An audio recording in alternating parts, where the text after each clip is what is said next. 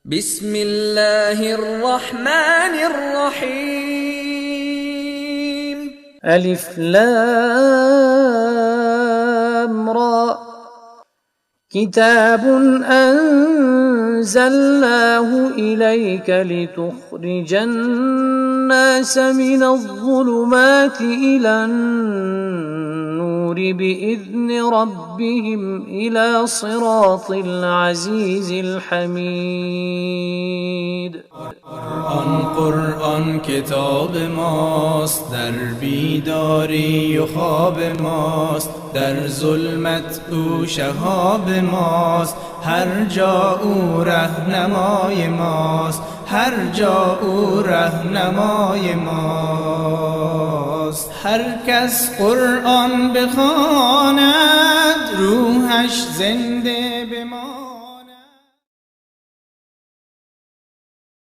إن الحمد لله نحمده ونستعينه ونستغفره ونعوذ بالله من شرور أنفسنا ومن سيئات أعمالنا.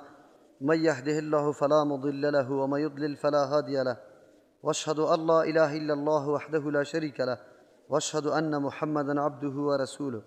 أما بعد، فأعوذ بالله من الشيطان الرجيم. بسم الله الرحمن الرحيم.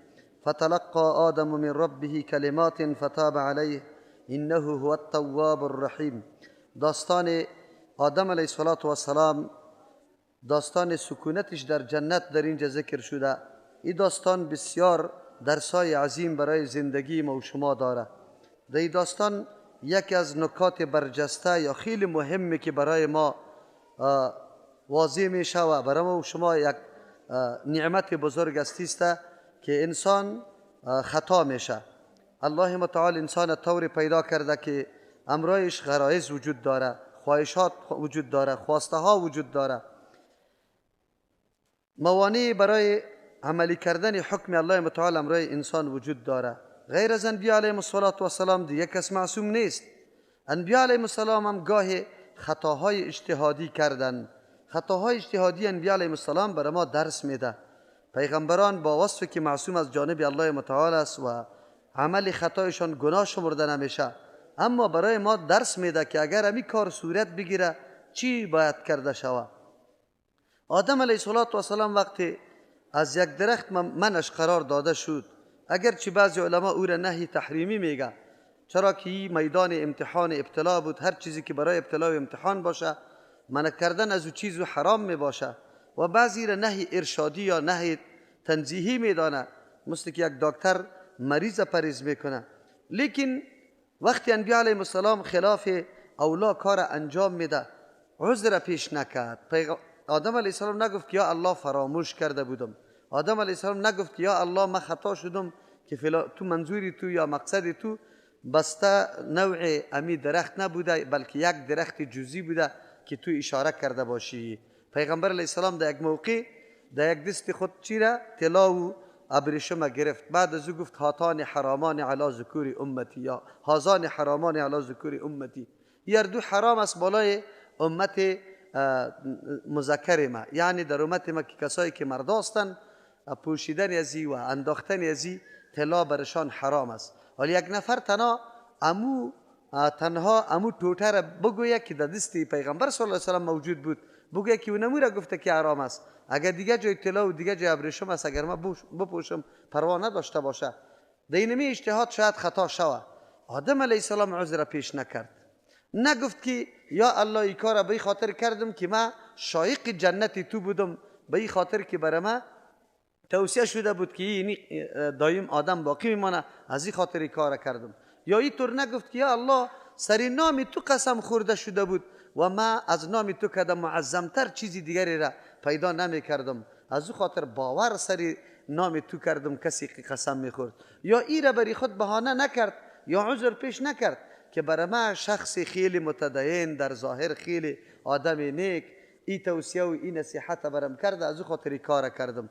بلکه به مجردی که درک کرد که من خطا شدم، رجوع به سوی الله متعال میکنه. چی یک درس عظیم است در زندگی ما. کل چیست بنی آدم خطاء، هر بنی آدم خطا شونده است. و خیر الخطائین التوابون، بهترین خطا شوندگان کسانی هستند که رجوع به سوی الله متعال میکنه. فرق در بین مؤمن و مؤمن مطیع یا بنده مطیع الله و بین بنده عاصی الله چی است؟ ابلیس لعین هم خطا شد وقتی مامور به سجده شد، اما برای امی گناه خود ملامتیش سری الله مندازه، الله را ملامت میکنه. فبما اغویتنی لاقعدن لهم صراطک المستقیم، به سبب ازی که مرا تو گمراه کردی. سیکو گمراه خود شده، امر و فرمان الله را نپذیرفته، لیکن ملامتی را سری الله مندازه، در تقدیر حواله میکنه. که بعضی شیطان صفتهای جدید در این عصر ما همیشه وقت مرتکب گناه ها میشه باز میگه تقدیر اینطور است. تقدیر خو تو خبر نداری، در تقدیر خو برای تو نماز هم نوشته شده، در تقدیر خو برای تو عمل نیک نوشته شده. چرا عمل نیک نمیکنی که تو عمل بد کرده روستی؟ معلومات خو نداری. اینمی را میگه که یکی لشکر ابلیس میشه، یکی لشکر آدم علیه السلام. ما و شما اولادی آدم علیه السلام هستیم. چقدر درس عظیم شد.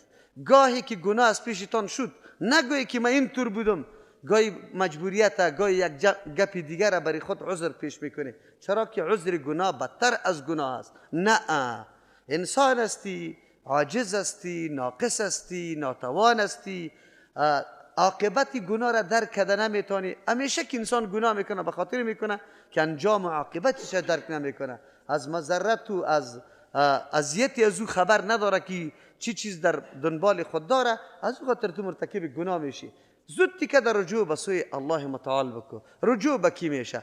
درس دیگه ای که در اینجا بر ما داده میشه، نه پیر صاحب توبه ما را قبول کرده میتونه، نه ملا صاحب، هیچ کسی تواب نیست، هیچ کسی ما را نمیتونه بخشیده بتونه بجز از الله متعال. از امو خاطر آلی طریق توبه چه قسم است؟ از کجا آموخته میشه؟ فتلقى آدم من ربی، نمیگه فتلقى آدم و حواء من ربی. چرا که این تعلیم به ذریعه وحی بوده.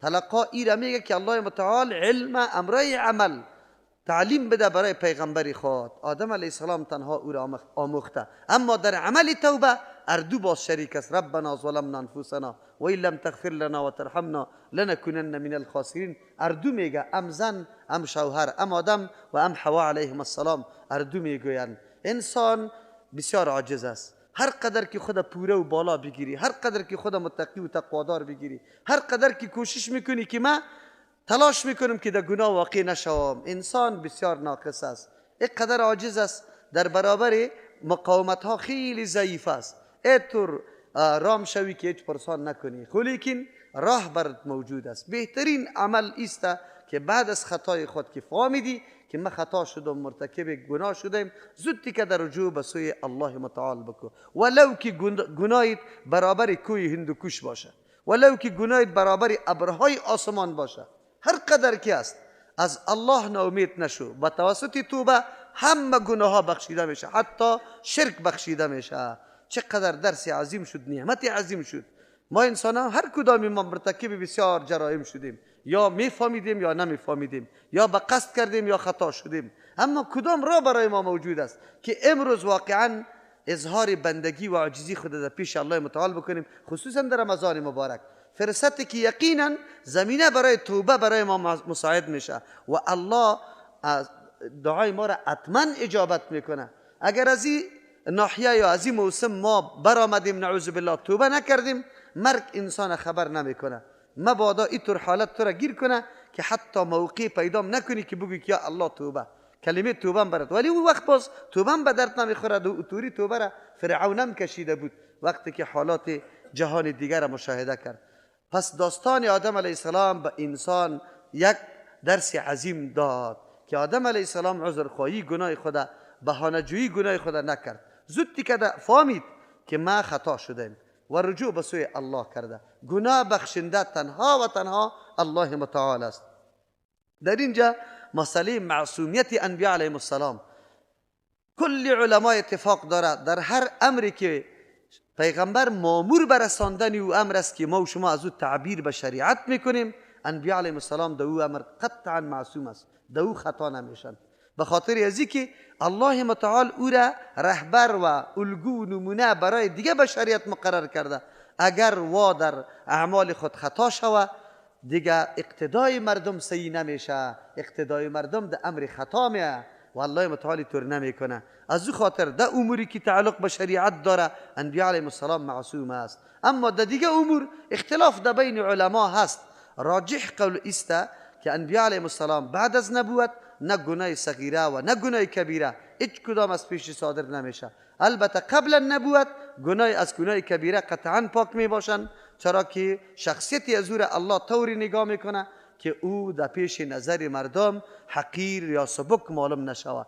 محمد رسول الله صلی الله علیه و سلم در طول زندگیش اینطور کاری خسیس یا نعوذ بالله نفرت آمیز از پیش صادر نشده که بعد از نبوت مردم علیه از او انتقاد کرده باشه که محمد صلی الله علیه و سلم زمان جاهلیت خود تیر شد، تو هم در شرابخانه دیده شدی، یا تو هم در قمارخانه دیده شدی، یا تو هم در زنا دیده شدی، یا تو هم در نعوذ بالله عیش و عشرت دیده شدی. الله متعال او را نگاه کرده، معصوم نگاه میکنه. از امو خاطر در حدیث میآید رسول الله صلی الله علیه و سلم از حال خود خبر میکنه که در قراریت ما چی را میچرانیدم. یک منطقه بود مالا و توی بود، اونجا ساز و سرود بود. من دلم خواست رفیق دیگه خدا گفتم که مالا خیر تو نگهبانی کو که ما برم اونجا. ولی اونجا کی رفته الله متعال خواب سرش مستولی کرده تا که مجلس ختم شده بیدار شده که هیچ مجلس هم وجود نداره. یعنی حتی آواز ساز و سرود در گوش پیغمبر نرسید قبل النبوت هم. از همون خاطر است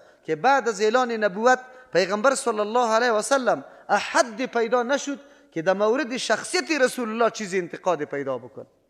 در مورد شخص پیغمبر به جز صداقت و امانت و اوصاف نیک هیچ دشمن قوی پیغمبر سری پیغمبر انتقاد کرده نتانست، چرا که الله قبل از نبوت هم امی قسم شخصیت ممتاز الله متعال او را گردانیده بود. چقدر خوب است که یک انسان او دوستا و برادرها خواهرای ما که در سن بلوغ نرسیده اند و در سن پایین قرار داره و الله متعال به این نعمت ترجمه قرآن کریم و درسای دینی ورا بهرمند می سازه و از آلیا در کوشش و تلاش اجرای احکام الله و اوامر الله هستند. نمازش قضا نمیشه اما چیزی درست است مطابق سنت رسول الله است، یا شکر الله را زیاد بکشه، به خاطر که این نعمت عظیم در ابتدا در مرحله برشان نصیب شده که یا می توانند خدا نگاه بکنه، آینده خدا، شخصیت خدا، دعوت خدا لکدار نسازه. اگر یک کسی پیش یک کاری عمل ناشایسته انجام داده آلی تو دعوتگر جور میشی، کلی مردم امون نقطه عیبی تبرت پیش میکنه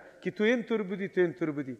در دعوت تو بسیار نقصان پیدا میشه، موانع پیدا میشه، مردم نمیپذیرشه. اما کسی که از ابتدای امر کسی او را مشاهده نکنه در کار منکر، بعد از اینکه دعوت میکنه هیچ کس سرش انتقاد نمیکنه. از او خاطر او خواهرها و برادرای نوجوان ما که تا آلی را در سن بلوغ نرسیده والله متعال از همچون نصیحتها و از همچون درسای مفید بهرمند ساختشانه، شکر الله را بکشه، آینده خود تصمیم بگیره که قدم در جای نادرست نگذارن، تلاش بکنه از امروز در صدد تقوای خود شود، در صدد دعوت دین شود که الله متعال سخنایش مؤثر واقع بکنه. این موضوعی بود که تعلق به معصومیت انبیاء علیهم السلام بود.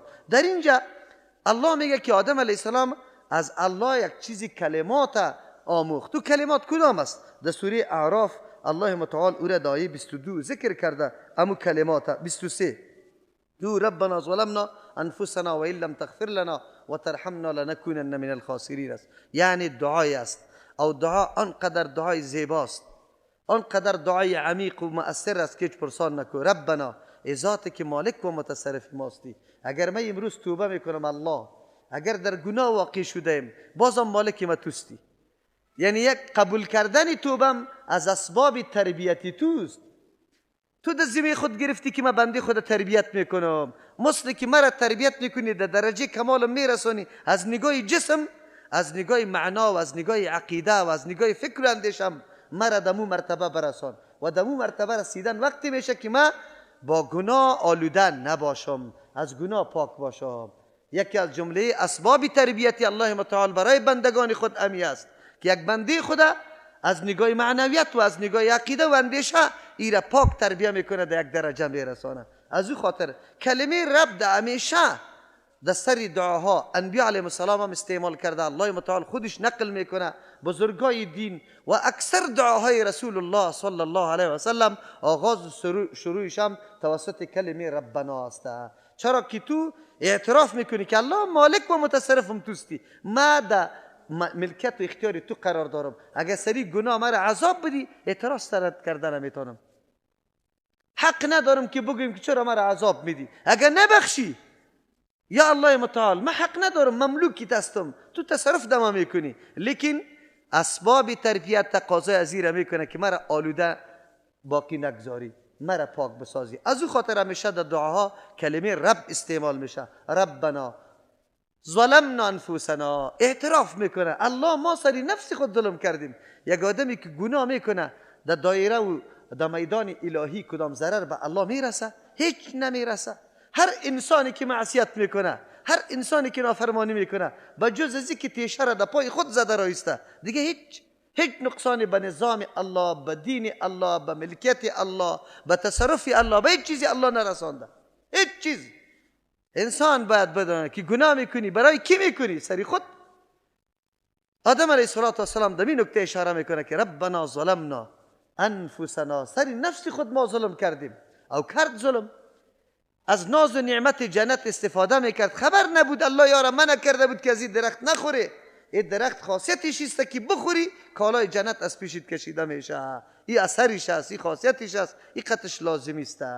انسان ابو طور است. یقینا چقدر زیباست که اگه انسان ایره درک بکنه که یا الله تو در هر مرحله مرا دستیابی میکنی، مرا در درجه کمال میرسونی، لیکن من انسان هستم که خود نمیفهمم، به درجه کمال خود نمیفهمم. اگر کسی مرتکب دزدی میشه، حرام خوری میشه، غیبت میشه، دروغ میشه، زنا میشه، هر گناهی که میکنه، اما درجه کمال خود ضربه میزنه لکدار بسازه.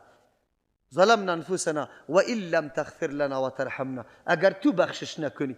آدم علیه السلام تعلیم میده به اولادی خود توحیده. صاحب غفران ذاتی که مغفرت میکنه الله متعال است، احد دیگری نیست. و ان لم تغفر لنا و ترحمنا، اگر تو پرده سر ما نندازی. غفران میگه پرده انداختن، ای عیب از ما صادر شده، الله تو دیگه ایره نادیده بگی و سر ما رحم نکنی آینده ما را. انسان ایچگاه لاف نمیزنه که من میتونم آینده خدا این جرم برای من معلوم شد، این جرم اینی قدر ضررا داشت، آینده ما قطعا گناه نمیکنم. نه، انسان باز عاجز است. از امو خاطر چند دفعه توبه کردی، فیلم یک دفعه دیدی باز توبه کردی، سبا باز دیدی، دیگه سبا باز دیدی. از امو خاطر تو محتاج هستی که از الله سوال کنی که الله اگر تو رحم نکنی، نفرت گناه را در قلب ما تو نپرتی، مرا مسئولیت ندی، محفوظیت ندی که من از گناه خود حفظ بکنم، نمیتونم خود از گناه حفظ بکنم. انسان عاجز است در هر مرحله. بنده میره میگه که در هر لحظه به الله محتاج است و اظهار محتاجی میکنه. لنکونن من الخاسرین، توانیستم. چرا توانیستم؟ همه وسایل برام دادی و مرا یک درو تشویق کردی، رهبری کردی به رسیدن به درجه کمال، او خودم گرفتم نعوذ بالله رای خود قطع کرده رای بودم، او خودم گرفتم در اون مرتبه خود نرساندم. تاوان کرد یا نه؟ هدفی که برای ما تعیین شده بود، مستوی و مرتبه که برای ما تعیین شده بود، او را خود از دست دادم. دیگه واقعا ما گناهگار شده. چی دعای زیباست. چرا امیر پیشی خود نمی کنیم در همچو روزا در این ماه مبارک رمضان انسان از گناه ما سبقی خود توبه بکنه، رجوع بکنه به سوی الله متعال، عاجزی بکنه، آینده خود از الله سوال بکنه که الله حفظ بکنه. عمر سابق ما ماضی ما خود تیر شده، او را ما دیگه تدارک نمیتونیم به جز از همین توبه که به الله خود عاجزی کنیم که الله معاف کنه، اما آینده خود از الله سوال کنیم که زندگی مسئول و محفوظ داشته باشیم از اینکه در نافرمانی الله واقع شویم. قرآن تفسیر میکنه یک آیت دیگه‌اش خودی کتاب الله ای را میگه که کلماتی را که آدم علیه السلام آموخته امی کلمات است. پس او حدیث موضوعی را که حاکم در مستدرک کتاب خود، حاکم یکی از جمله علمای محدثین است با وصف وفور علمش، خیلی علم بزرگ الله برش داده.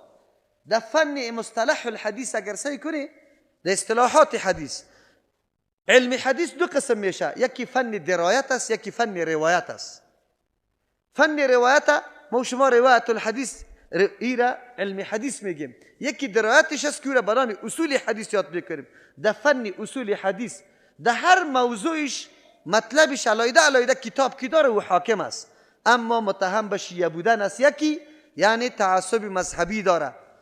دوم است که بسیار متساهل است، روایت دقیق نمیگیره، هر کس روایت میکنه. اشخاصی که دروغ میگه اگر حافظیش ضعیف است هرچی که است. از او خاطر امام ذهبی رحمه الله حدیث ازیر موضوعی میگه در حاشیه. امام ذهبی از جمله محدثین ناقد است. امی مستدرک حاکم حاشیه داده، یعنی تعلیق سرش نوشته کرده و میگه که حدیث چیست؟ موضوعی است. و ابن کثیر رحمه الله حدیثش ضعیف میگه. دیگه کل علما الحمدلله، علمای منصف و علمای محققین این حدیث قابل رد میدانه و نمیگه که قابل قبول است. دو حدیث چی ذکر شده؟ او حدیث موضوعی را ذکر میکنه که آدم علیه السلام یک دفعه رانده شد بالا سای که طرف عرش که اونجا نوشته بود لا اله الا الله محمد رسول الله، حیران شد که منظم به امرای نام الله نام دیگه کس کی است؟ محمد است. باز از الله سوال کرد کی است؟ الله برش گفت که اونمو بنده است که بروی از او تو را پیدا کرده، مگه را پیدا نمیکردم؟ تو را پیدا نمیکردم. بعد از او توسل کرد که یا الله بروی این پیغمبر که از اولادیم است دعای مرا قبول بکن. این منافات با آیت قرآن کریم داره. این حدیث موضوعی است. کسایی که همیشه توسل میجویند دلیل میگن که توسل درست است، میگه توسل درست است، این را در دلیل پیش میکنه. ما پیش براتون گفتیم که توسل یکی از دروازه ها الا کردن به سوی شرک است.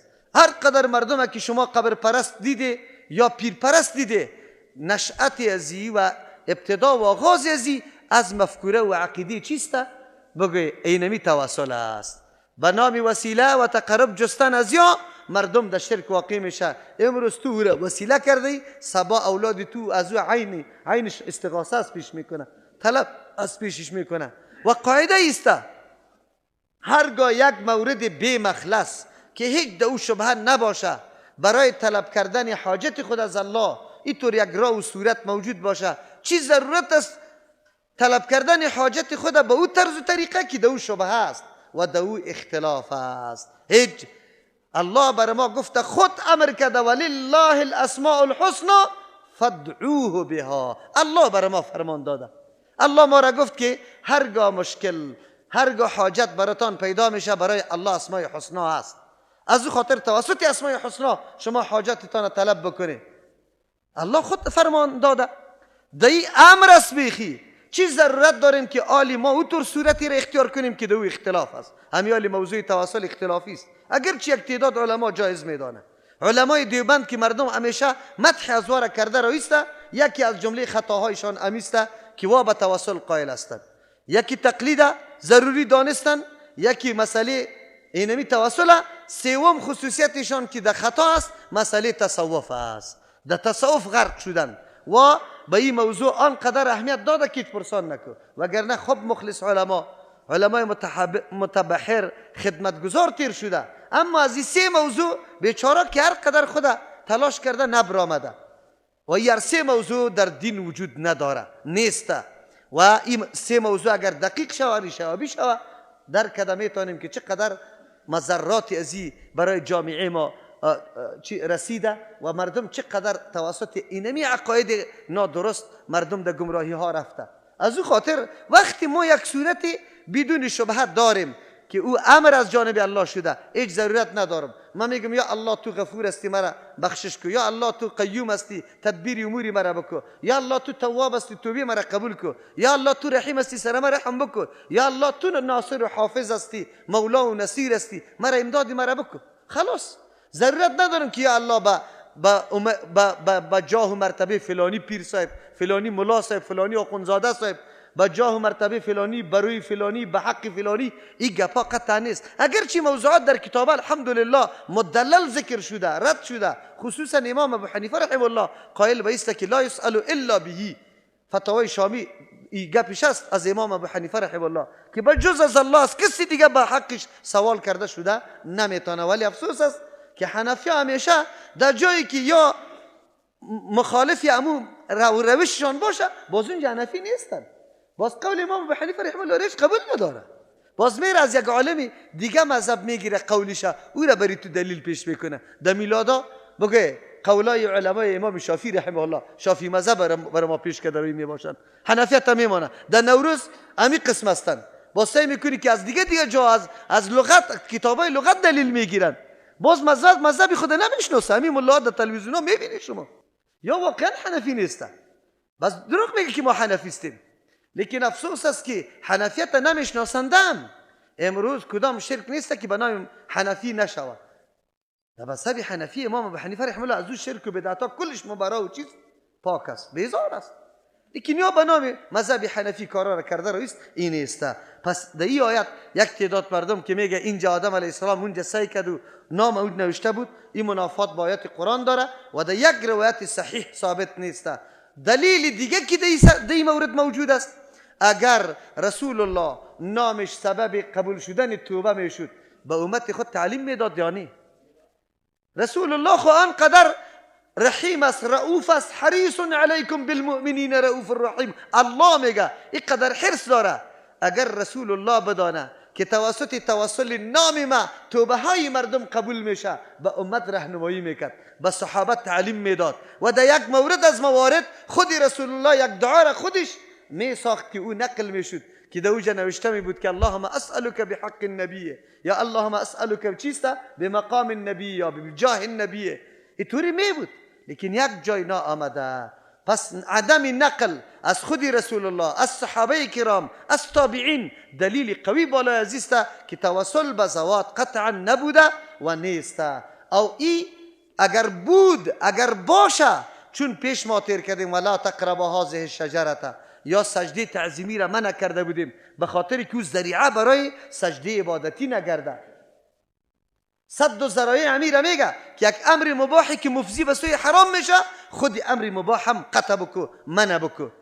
اینمی توسل اگر مباح هم باشه، چون که مفضی به شرک میشه، مردم جاهل است نمیدانه، خودت میگی. تو رفته در پیش قبر میگی یا الله بروی صاحب قبر اینی حاجت ما پورا کن، لیکن یک آدم جاهلی دیگه میره میگه او قبر آمدم تو داده نیستی. امیالی مردم عوام در قبرها که میره چی میگه؟ خویم الله و علما ما چون از الله راسی نداره، در روز قیامت پیش نمیشه که دلیلی ما گپی ما سبب و ذریعه به واقع شدن یک نفر در شرک است. اگر یک نفر مسلمان در شرک واقع شود، تو عالم به الله چی جواب داری؟ یک نفر که از شرک نجات پیدا میکنه و یک نفر که در شرک کسی رو واقع میکنی، تو چطور نجات بری خود قائل میشی؟ من افسوس میکنم، ولی افسوس به اون مردم هم که دنبال امچو علما را محکم گرفته به نام مذهبی. تمامی روز کی را یاد میکنه؟ سلسله پیرای خوده که تالی را معلوم هم نیست که مسلمان تیر شده یا کافر. حقیقتا برای مردم معلوم نیست. امورا بر روی ازوا سوال کرده رویسته، لقب برش داده است. شما ببینید همین سلسله ها را قطب الاقطاب، غوث الچیسته بگه نوشته کرده که غوث الثقلین، چی قیوم زمان، رقم القابه را داشت داده رئیسته. این خو شرک است، این خو کفر است، نعوذ بالله، به الله برابر کردن است. منظور میسته داستان آدم علیه السلام برای ما تعلیم داد توبه قبول کننده فقط و فقط الله متعال است. اما امروز در پنجاب در پیش پیر صاحب میره، گوسفند برش میبره، میگه مرا معاف کن، میگه برو گناه تا بخشیدم. این موضوعی بود که نصارا کلیساها، دنیای غرب از کلیساها به تنگ آمدن. جنت و دوزخ تیکدارش امی پاپا و امو راهبا شد که در کلیساها نشسته بودن. به هر کس جنت میداد یا در دوزخ میبرد. آخر مردم تنگ آمدن که هم مسلطه ما هم در زندگی دنیا هم آخرت ما هم قبضه کرده. این مردم میگه فقط جنت دادن از یاست، اعلا کردن شه و دیگه نصرانیت بیخی انکار کردن. علمانیت از اینجا پیدا شد، از ظلم راهبا، از بیدادی راهبا، از بیدادی امی پاپایی که در کلیساها بود، از یا مردم رو آوردن به دموکراسی و بیدینی و لادینی که حتی به وجود الله قائل نشوند. آلی تبلیغ روان است مسلمان ها را از دین و سیاست جدا کنه، در علمانیت دعوت بده. آلی بسیار اون حرکت ها شروع شده. اصلا نشأتی گپ از اونم کلیساها بود، لیکن خبر نه که در جامعه مسلمان هم اینطور مردم موجود است که مردم پیشش میره میگه مرا معاف کن، و میگه خو معاف کنم یا نه. ایره چی میکنی؟ اینطور کسای مدعین پیدا شد. میگه یکی مادرش یک مرید غیر حاضری کرده بود در پیش پیر صاحب، دیگر روز کی رفت که کجا بودی؟ نه آمدی. گفت پیر صاحب مادرم وفات کرد. بدبخت چرا پیش من آمدی که چند سال عمر دیگره میگرفتم برش؟ ببینه اینطور کسا اینجا پیدا شده. نصرانیت کجاست؟ ولی ببینید ای امت در کجا کشانده؟ امت در کدام طرف رفته رو ایسته؟ ولی بیخبر از کتاب الله متعال که یک روز به قرآن بشینه و بدانن که کتاب الله چی بیان میکنه. انه هو التواب الرحیم. یقینا الله متعال امید توبه قبول کننده است. تواب ذاتی که بار بار توبه را قبول میکنه. الله اکبر.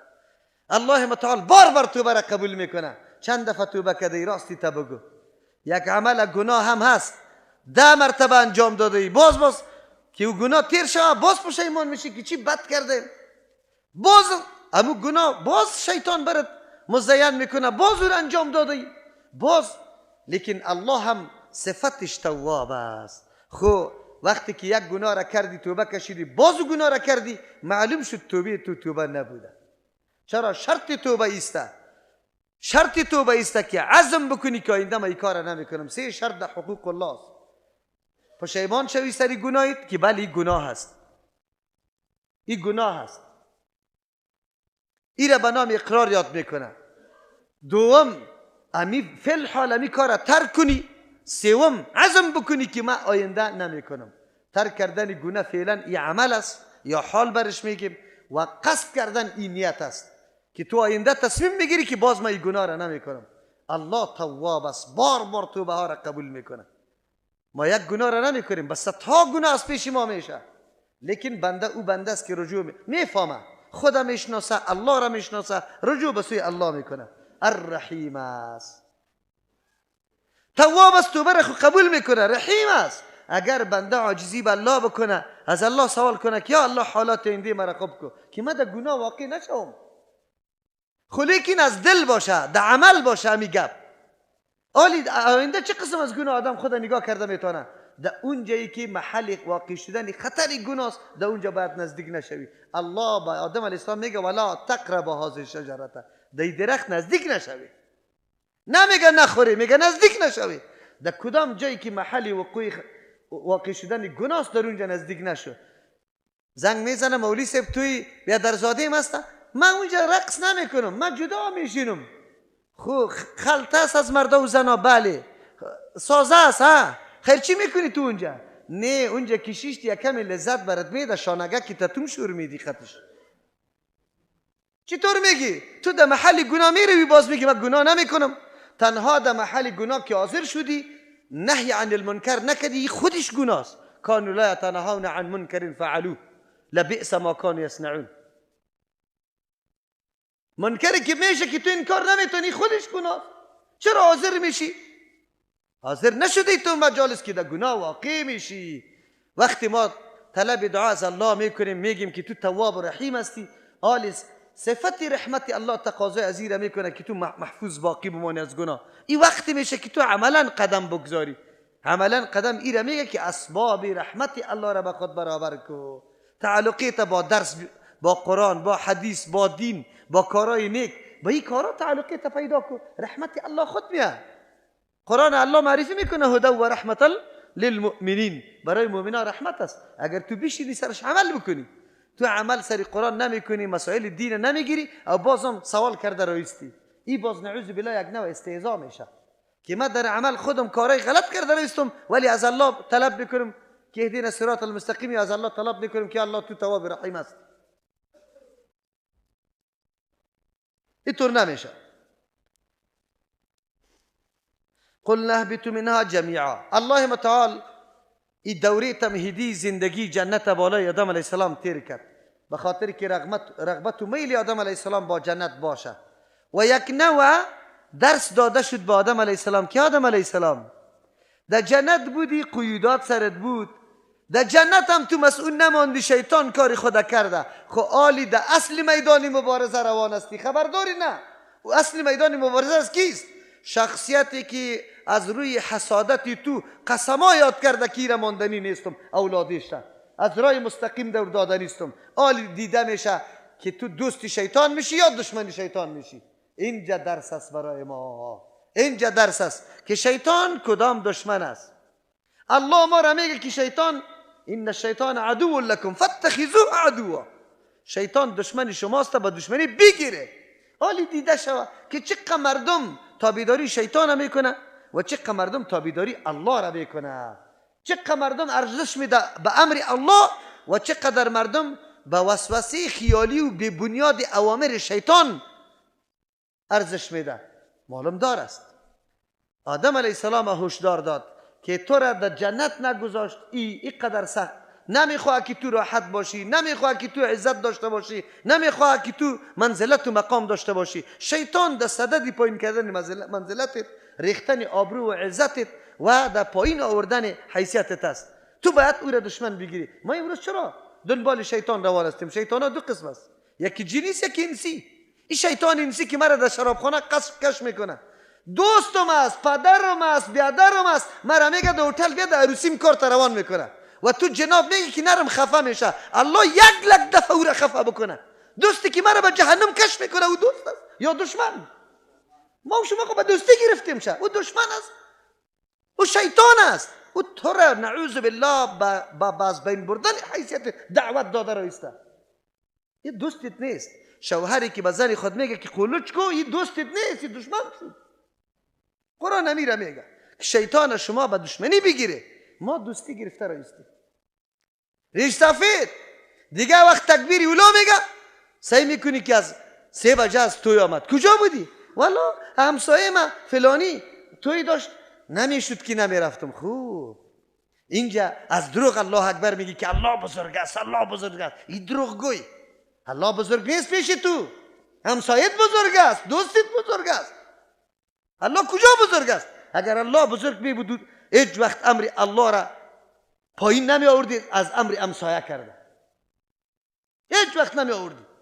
ما خود اگر 20 نفر در توی امیتور آدم فاسق شریک نشود دیگه وقت امیتور توی میشه؟ نمیشه. ما خود معاونین هستیم برای گناه کردن و انجام دادن گناه. خودی ما تلاش میکنیم قوت داده رو استیم، باز عذر پیش میکنیم. چقدر عذر ابلیسی است. والا همسایگیست خیلی وقت نمیشد. این دلیل است. در روز قیامت پیش الله باز می دلیل بگو که الله برات گفته بود انما طاعت فی معروف، طاعت در معروف است، لا طاعت لمخلوق فی معصیة الخالق. این مشکلات ماست. الله آدم علیه السلام در میدان مبارزه روان میکنه، قل نهبطوا منها جمیعا، از این سرزمین پایین شوه. آلی دیگه چی است؟ فاما یأتینکم، اگر بیای براتون منی از جانب ما هدن، برنامه هدایت، فمن تبع هدای، کسی که تابعداری هدایت مرا میکنه، فلا خوف علیهم ولا هم یحزنون، نه ترس است بالایش نه غمگین است. الله متعال در اینجا دو امر کرده بالا، و قل نهبطوا بعضکم لبعض عدو، پایین برای بعضی از شما برای بعضی دیگر دشمن است. الله اعلان کرد که دشمنی است. ای انسان بیدار باش، تو فقط در این سرزمین میری که روزمره مقابله و مبارزه داری، روزمره زندگی که مقابله داری. زندگی آرام نیست. اتر دشمن قوی داری که تو را نمیبری خو او تو را میبینه. اتر دشمن هم الله برش قدرت داده که یجری من الانسان مجرى الدم، در جایی که خون انسان در رگ رگ حرکت میکنه در اونجا شیطان هم حرکت کرده میتونه. خبر داری؟ در اعوذ بالله براتون گفتم. فلسفه اعوذ بالله چی بود؟ انسان بدون پناه بردن به الله متعال نمیتونه خود حمایه بکنه، چرا که دشمن قوی داره. اعوذ بالله میگی، به الله پناه میبری، به الله پناه میبری. این دشمن سرسخت است، مقابله برش بکار است، آمادگی برش بکار است. آدم علیه السلام فهمید که میدان مبارزه است. اما اینجا ذریعه و وسیله برای نجات وجود داره. بله، دو امر الله کرد، یکی حاکمانه یکی حکیمانه. زمانی که مرتکب خوردن او درخت شد، کدام درخت بود؟ قرآن کریم ذکر نکرده، یا انجیر یا گندم یا کیله یا هر چیزی که بود. قرآن او را همونطور سرکور گذاشته، ما هم سرکور میگذاریم. این مهم نیست که ما بدانیم کدام میوه بود. خب خلاص الله امر حاکمانه کرد با آدم علیه السلام که برو پایین و اونجا یکی به دیگه دشمن هم نباشه. خود دوم امر حکیمانه است. حکیمانه ایمانا آمدن آدم علیه السلام به مصلحت نیست. الله قبلا گفته بود این جاعل فی الارض خلیفه، اما آمدن آدم علیه السلام در روی زمین به یک سلسله استقبال و به یک سلسله پیشنهادا شده. این جمعیه آدم علیه السلام بدانه که من در کجا میرم، چی مسئولیت دارم، بازگشتم کدام طرف هسته. پیش بر ما گفت ولکم فی الارض مستقر و متاع الی حین. بدانی ای آدم علیه السلام این جای باشی دایمیت نیسته، دل بسته به این دنیا نکنی. این فقط میدان عبوری است، میدان مبارزه است. خلاص در این مبارزه باید تو سر برایی، کامیاب شوی در مقابل دشمنیت. از او خاطر زندگی انسان مکمل مبارزه است. چی است؟ مبارزه، مقابله است. اگر کسی بگوید که نه اینجا مبارزه و مقابله نشوه، نیسته. خب امروی چی چیز میتونه خود مسئول بکنه؟ الله میگه فاما یأتینکم منی هدی، پس اگر بیاید از برای شما از جانب ما هدایت. مراد از هدا چیست؟ یا پیغمبر یا کتاب. راجع تر قولی است که شریعت الله است، وحی الله است که تعبیر از او به کتاب میشه. پیغمبر او را تشریح و تفسیر میکنه. چرا که در دیگه آیات ها مراد از هدایت کتاب الله، کتاب آسمانی و شریعت الله گرفته شده. الله میگه من شریعت روان میکنم.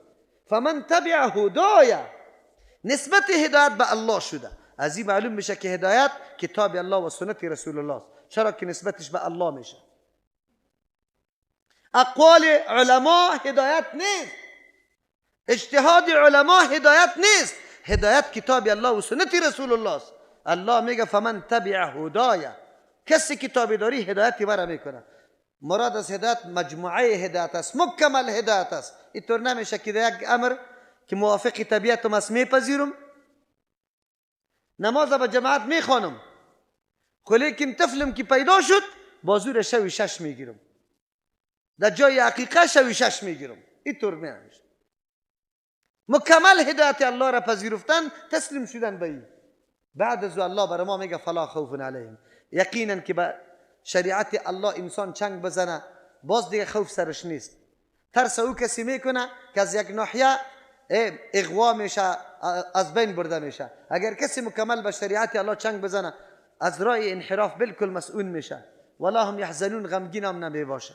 اوامر الله را بجا کرده، چیزی که موجب غنیمتی از او بود از دست نداده. چرا؟ عمری خدا، سرمایه خدا، امکانات خدا که الله برش داده بود در راه تابعداری دین مصرف کرده، از پیشش فوت نشده.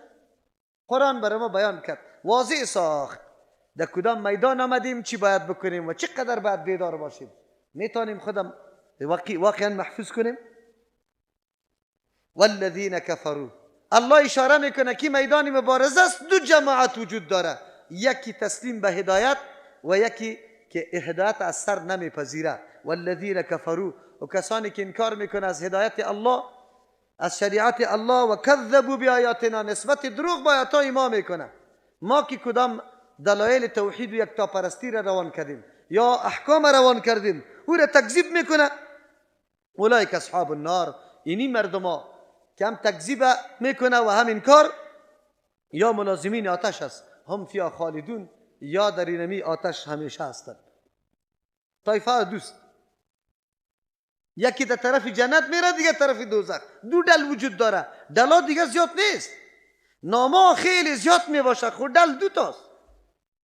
یک دل فقط کسی که مکمل تسلیم هدایت خود ساخته، به شریعت الله خود تسلیم کرده، او را در زندگی خود سری خود تطبیق و عملی میکنه مطابق دستورات الله متعال، مطابق نقشه پیغمبران علیهم السلام. و یک مردمایی هستن که نمیپذیره، نپذیرفتن صورتای گوناگون داره، از سر نمیپذیره، بعضیش نمیپذیره، کیفیتش نمیپذیره، زمانش نمیپذیره، جایش نمیپذیره، مقدارش نمیپذیره. نپذیرفتن انواع مختلف داره. هر رقم که نمیپذیره خود جایش جهنم است. اگر یک آدم کل عمر اما مسائل کل شب بپذیره، نمازم میخونه، روزم میگیره، حجم میکنه، زکاتم میده، یک قدر دلسوز است، انفاق میکنه، صدقات میکنه، همکاری میکنه، کلی کارا را میکنه، خب فقط امی قدر قائل است که پیران پیر صاحب یا شاید دوشمشیره علیه رحمه یا بگوی تمیم انصار صاحب یا سخی صاحب اولاد داده میتونه این آدم کلی اعمالش چی هسته بگوی؟ نپذیرفتن به طریق مکمل نیست. از پذیرفتن به طریق مکمل نیست، بلکه این در صورت نپذیرفتن داخل میشه. فیصله الله متعال است. خلاص. یا بنی اسرائیل اذکروا نعمتی التي انعمت علیکم. یا بنی اسرائیل، از داستان آدم علیه السلام برای ما واضح شد ما دشمن داریم، دنیا میدان مبارزه است. برای ما واضح شد گناه از پیش ما شد، عذرا را پیش نمی کنیم، زود رجوع به سوی الله متعال میکنیم. ما ملامتی را سر الله نمی پرتیم، خود مقصر میدانیم، نسبت نقصان به خود میکنیم. ما توبه را فقط و فقط به سوی الله از الله طلب میکنیم، کسی دیگری معاف کرده نمیتونه گناه ما را. در این داستان آدم علیه السلام این کل موضوعات و مسائل برای ما واضح شد، بر علاوه نکات دیگه که هم داشت. یا بنی اسرائیل اذکروا نعمتی التي، یا بنی اسرائیل اذکروا، ای اولاد یعقوب علیه السلام، اذکروا یاد کنی نعمتی التي، نعمت مرا، التي و نعمت انعمت علیکم که انعام سرتان کردم، و اوفو بعهدی، شما پورا کنید، در اکمال برسانه، بعهدی پیمان و تعهدی مرا، اوفی ما وفا میکنم، پورا میکنم، کامل میسازم، بعهدکم به او پیمانی که قطمه بستی، و ایای فرهبون، خاص از ما شما بترسی، و آمنو ایمان بیاری بما به او شریعت، انزلتو که من روان کردیم، به او کتاب که من روان کردیم، مصدقا لما معکم که موافق است یا تایید کننده است امرای او مضامین او مطالبی که یا او کتابایی که معکم امرای شماست. ولا تکونو، نشوی اول کافر به، اول انکار کننده به کتاب، ولا تشترو، نخری شما بی آیاتی، در مقابل آیاتای ما، پنهان کردن آیاتای ما، تحریف آیاتای ما، تغییر دادن آیاتای ما، ثمنا قلیلا، بها یا قیمت اندک، و ایای فتقون، خاص از ما شما بترسی، ولا تلبسوا الحق، شما مختلط نسازی حق بالباطل، آمیزش ندی حق به امرای باطل، و تکتم الحق، شما پنهان نکنی حق، و انتم تعلمون، حال است که شما میدانی که چقدر جرمی عظیم است. و اقیم الصلاة، نماز به درستی قایم کنی با تمام شرایطش، لحاظ و مراقبت تمام لوازم نماز بکنی، و آتوا الزکات، بدی زکات، ورکعوا مع الراکعین، رکوع بکنی امرای رکوع کننده، نمازها را به جماعت ادا کنی. اتأمرون الناس، یا شما امر میکنی مردم بالبر، به کار نیک، و تنسون انفسکم، خود فراموش کردی، و انتم تتلون الکتاب، حالی است که شما کتابم میخوانی و مذمت آن چیزی که خود نمیکنی به دیگران میگی، خب براتون واضح است. افلا تعقلون، چرا از عقلتان کار نمیگیره؟ چقدر زشت است مردم دعوت که خودت نگو. واستعینوا بالصبر، شما کمک طلب بکنی به صبر کردن، استقامت ورزیدن در مقابل تکالیف، برداشت مصائب، و الصلاة، به نماز خواندن، به قائم کردن نماز، و اینها، یقینا نماز و امی صبر کردن، اینها لکبیرتون، یک خصلت خیلی دشوار و سخت است، الا مگر نیست سخت، علی الخاشعین، بالای کسی که ترس از الله داره. کدام مردم است او کسی که ترس از الله داره؟ الذین، هم مردم یظنون، که یقین داره، انهم، که مردم ملاقو ربهم، روبرو شوند است امرای پروردگار خود به حساب و کتاب، و انهم، یقین داره که یا الیه، خاص به سوی الله، راجعون، رجوع کننده است، باز میگردن به سوی الله متعال. سوره مدنی است، سوره بقره. یهودی که سالا امید داشتن در اینجا بیاید امت رسول الله بگرده، افتخار و کمال به دست بیاره، در اینجا آمده بودن، جا به جا شده بودن. اصل ساکنین مدینه منوره اوس و خزرج بود. اوس و خزرج اولاد دو پدر است، خیر و خلاص مشترک هستند. یهود از فلسطین و شام حرکت کرده، از اردن حرکت کرده، در تورات نشانه های پیغمبری آخر زمان مطالعه کرده که آخری شریعت از این پیغمبر است. اینی نشانه داره. یکی از نشانه هایش است که محل هجرتش سرزمین مدینه منوره است، در بین دو کور که به نام عیر و سبیر یاد میشه. اینمی مقام چی است؟ و اونجا نخلستان است، خرماها داره، و از اونجا هجرت کردن آمدن که یک روز نه یک روز این پیغمبر امینجا هجرت میکنه، ما همکار باشیم، لشکرش جور شویم، افتخارات به ما نصیب شود. لیکن اینجا که آمدن مردم باسواد بودن. اوس و خزرج مردم بی سواد بودن. همیشه جنگا جدلا در بین خود، جنگی بسوس که برش میگه 100 سال دوام کرده بود، در یک کشت خوردن ما بین خود زده روی بود تا که رسول الله آمد به نعمت اسلام الله الفت و انسد بین هر دو قوم انداخت، یکی با دیگه برادر شدن. یهود از همین موقف نادانی و بیسوادی مردم استفاده کرد. قاعده همیسته حالی که ملاها و شیخا در قریه بروه 4 روز بعد سعی میکنی که لام زنا بسته است، خیرت است شیخ آمده اینجا، شیخ آمده تاویز میده، دم میکنه، چف میکنه. اینی کارا اصلا از یهود باقی مانده. در مدینه منوره امی کار شروع کرد. اینی در مردم میگه پیری و مریدی. سوغاتا شروع شد. دکانداری یهود که با سواد بودن، دانشمند بودن، یک چیزی معلومات داشتن، اینجا رونق گرفت. زمانی که رسول الله صلی الله علیه و سلم هجرت کرد، اسلام خوی کارا را کلش بخکن میسازه. در دین چیزا باقی نیست، چرا که کلش زایده عقیده خرافی و غلط است، شرک است یا بدعت است، این خود کلش خرافات است. یهود ترسیدن از ساقط شدن یا از بین رفتن رونق اینمی سوغات آوردن و دکانداریشان. چی میکردن؟ البته در بین اوس و خزرج هم بعضی مردمای بودن که وا ریاست طلب بودن، مثل عبدالله ابن ابی ابن سلول، کعب ابن اشرف، یا کسانی بود که خود کلان میتراشیدن، وام نمیخواستن رسول الله صلی الله علیه و سلم اینقدر زود کامیاب شود در بین مردم محبوبیت پیدا بکنه. از او خاطر در تلاش شدند، شبه و شکوک انداخته رایی بود. یهود از کدام را جرأت مقابله رویارویی را نداشت، اما در زهراگین ساختن فضا، در تشویش انداختن مردم سخت رول داشت. چرا که مردم مراجعه برش میکرد، پیشش که میرفت سابقه دار بود، سرش اعتماد داشت، که میرفتن میگفتن نه پیغمبر شما را از دین ابا و اجدادتان شما را بیرا میسازه. اینه نمیبینی که پدر قطی بچه انداخته؟ ای نعوذ بالله تبلیغات سوی ای یهود یک سلسله موانع را در پیشرفت دعوت پیغمبر پیدا کرد. الله متعال امیار مخاطب قرار میده که ای مردم، شما خب با سواد هستی، معلومات کافی از کتابتان در مورد دین پیغمبر، خودی شخصیت پیغمبر و قرآنی که پیغمبر آورده داره، چرا شما چون معلومات کافی در حقانیت ازی داره اول ایمان آورنده باید شما باشه، اول آورنده. لیکن به خاطر مقام شخصی خود، منافع شخصی خود، شما دین الله را، کتاب الله را، حقایقش پنهان میکنه یا گدوت میکنه، به مردم دیگر رقم تعبیر میکنه. نکنه این کار. چرا؟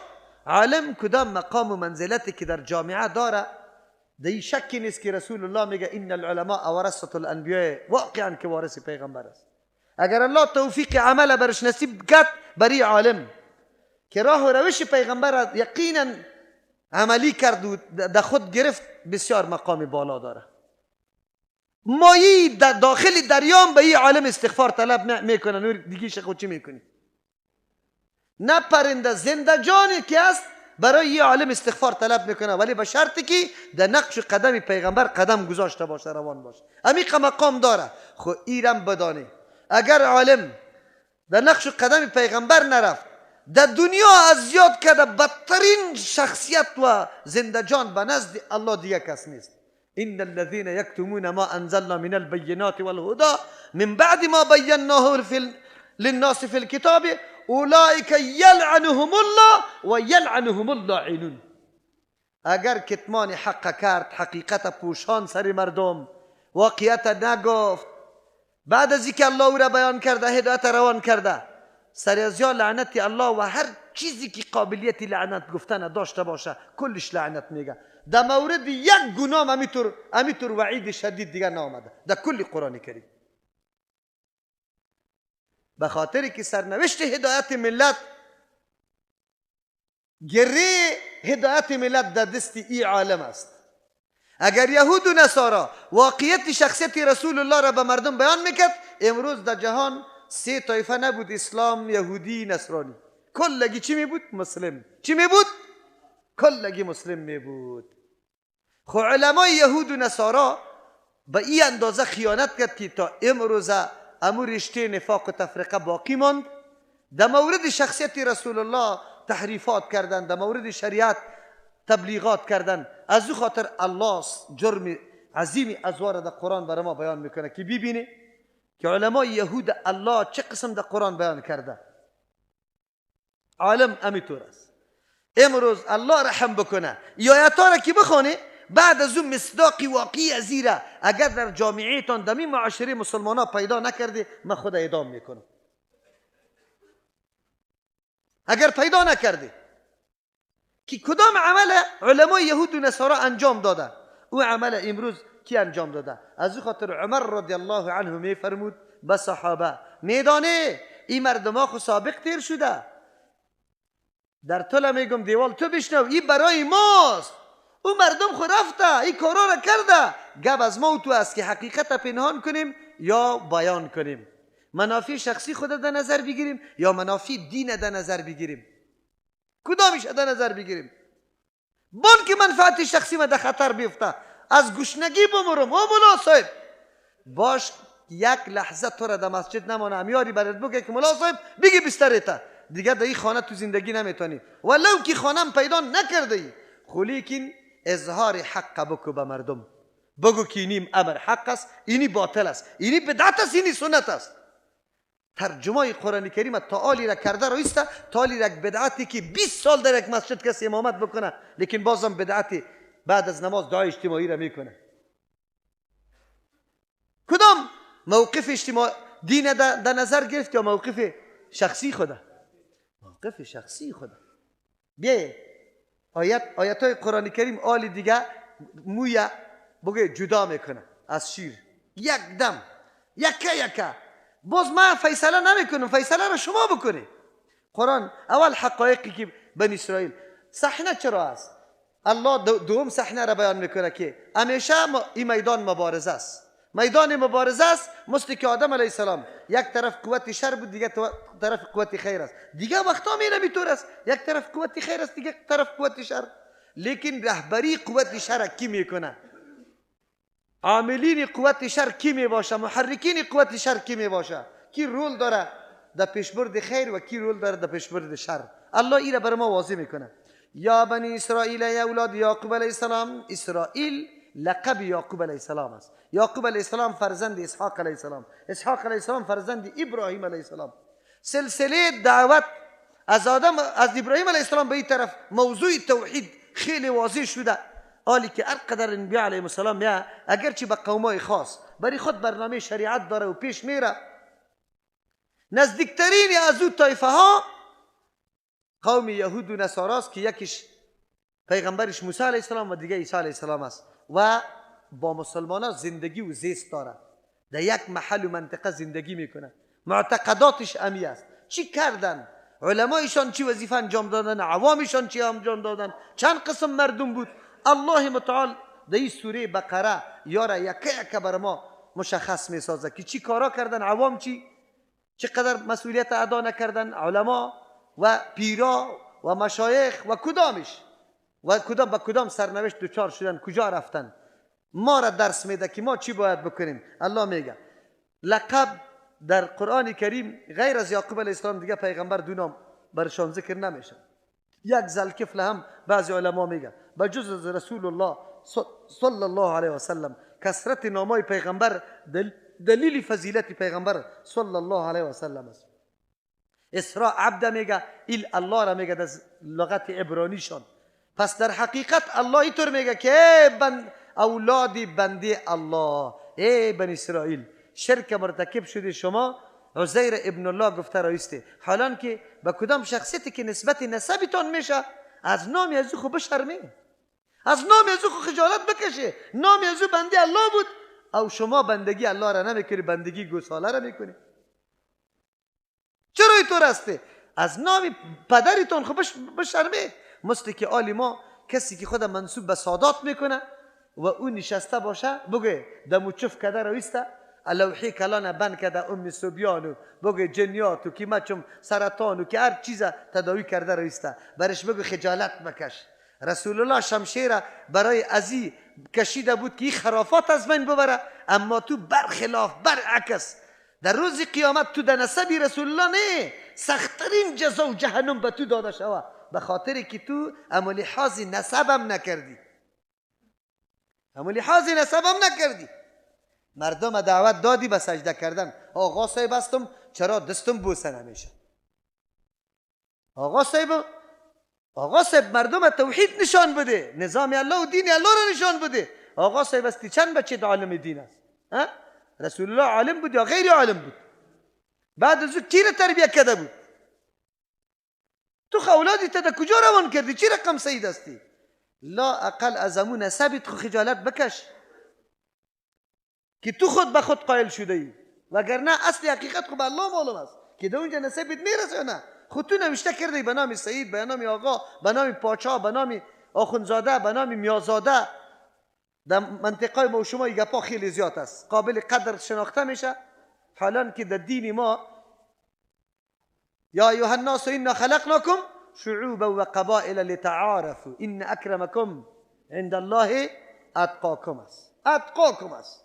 ابو لهب در نسب رسول الله است، ابو طالب در نسب رسول الله است، سلمان از فارس است، صهیب از روم است، بلال از حبش است. کدامش قدر و قیمت داره؟ ابو لهب یا بلال یا صهیب یا سلمان؟ پیش الله این معتبر است. پشتی نسبا نگرد. تلک امت قد خلت لها ما کسبت ولکم ما کسبتم. آمده رو استدمی سوره بقره. چی ناز میکنی سری گپا؟ عمل طبیبی، عقیده طبیبی چقدر خدمت به دین کرده، چقدر به جامعه خدمت کرده، چقدر توحید خدمت کرده، چقدر احکام الله را خدمت کرده. یعنی که مردم نعوذ بالله در گرد خود جمع کردی، برش میگی که میسوزی. یا بنی اسرائیل، این ملامت کردن و سرزنش کردن کی است؟ یهود و نصارا است. به کدام شخصی که خود نسبت میکنی بنده الله بود، لیکن شما بنده گوساله. یا بنی اسرائیل، ای اولاد یعقوب علیه السلام، ای اولاد بنده الله، اذکروا نعمتی التي، یاد کنی نعمتی مرا. یاد کنی نعمت چه رقم یاد میشه؟ یاد کردن نعمت ایره میگه که در زبان بگویی که این نعمت از جانب الله است، حمد به الله بگویی، الحمدلله بگویی، در دل تو نسبت نعمت به الله بکنی که دهنده نعمت الله هست، کسی دیگری نیست. در اعضای خود امین نعمت در جای استفاده بکنی که به مو مقصد، به مو هدف الله پیدا کرده. چشم نعمت است، بگویی که دادنی چشم ما الله متعال است، باور و عقیدم دارم، نمیگم که ایره پیر صاحب آقا صاحب داده.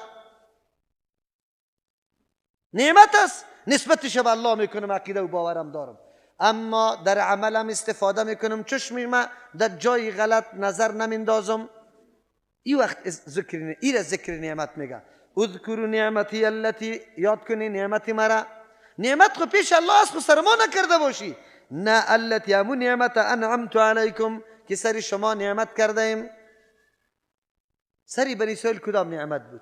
بزرگترین نعمت یکی خو موقعیت زندگیشان در سرزمینی بود. فلسطین بهترین سرزمین است، سرزمین شام، از نگاه آب و هوا، از نگاه میوه ها، دانه ها، پربرکت منطقه الله ساخته بود چه. لیکن اصل نعمتای الله پیغمبران پی در پی بود، پی در پی. یک زمانه مقطع زمانی نبود که یا رهبر نداشتن، عالم نداشتن.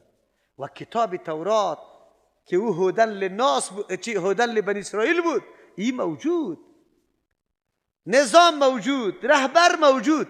چطور شما سراسیمه و پراگنده و هر طرف بگردی؟ این نعمت الله سرتان کرده، یاد نمی کنی؟ عمل سرش نمی کنی؟ و اوفو بعهد، ذکر نعمت الله به خاطر چی میگه؟ ماده طاعت و شکرگزاری در انسان پیدا شوه، آلی خود مرهونی نعمت الله بدانی که الله یقینا ما اهل نبودم، مرا اهلیت دادی، ما مستحق این نعمت ها نبودم، مرا مستحق نعمت ها ساختی. یقینا قابلیت زیره داره که من سری سجده را به تو بمانم، تسلیمی را به تو اعلان کنم، نافرمانی تو را به هیچ وجه نکنم. حس شکرگزاری تو پیدا شود، ماده اطاعت تو پیدا شود. باز چی میگه؟ و اوفو بعهدی، نعمتای الله که داده میشه به حساب نیست، قید و شرط داره. الله وعده کرده و اوفو بعهدی، شما پوره کنی به پیمان ما. اینجا کدام پیمان است؟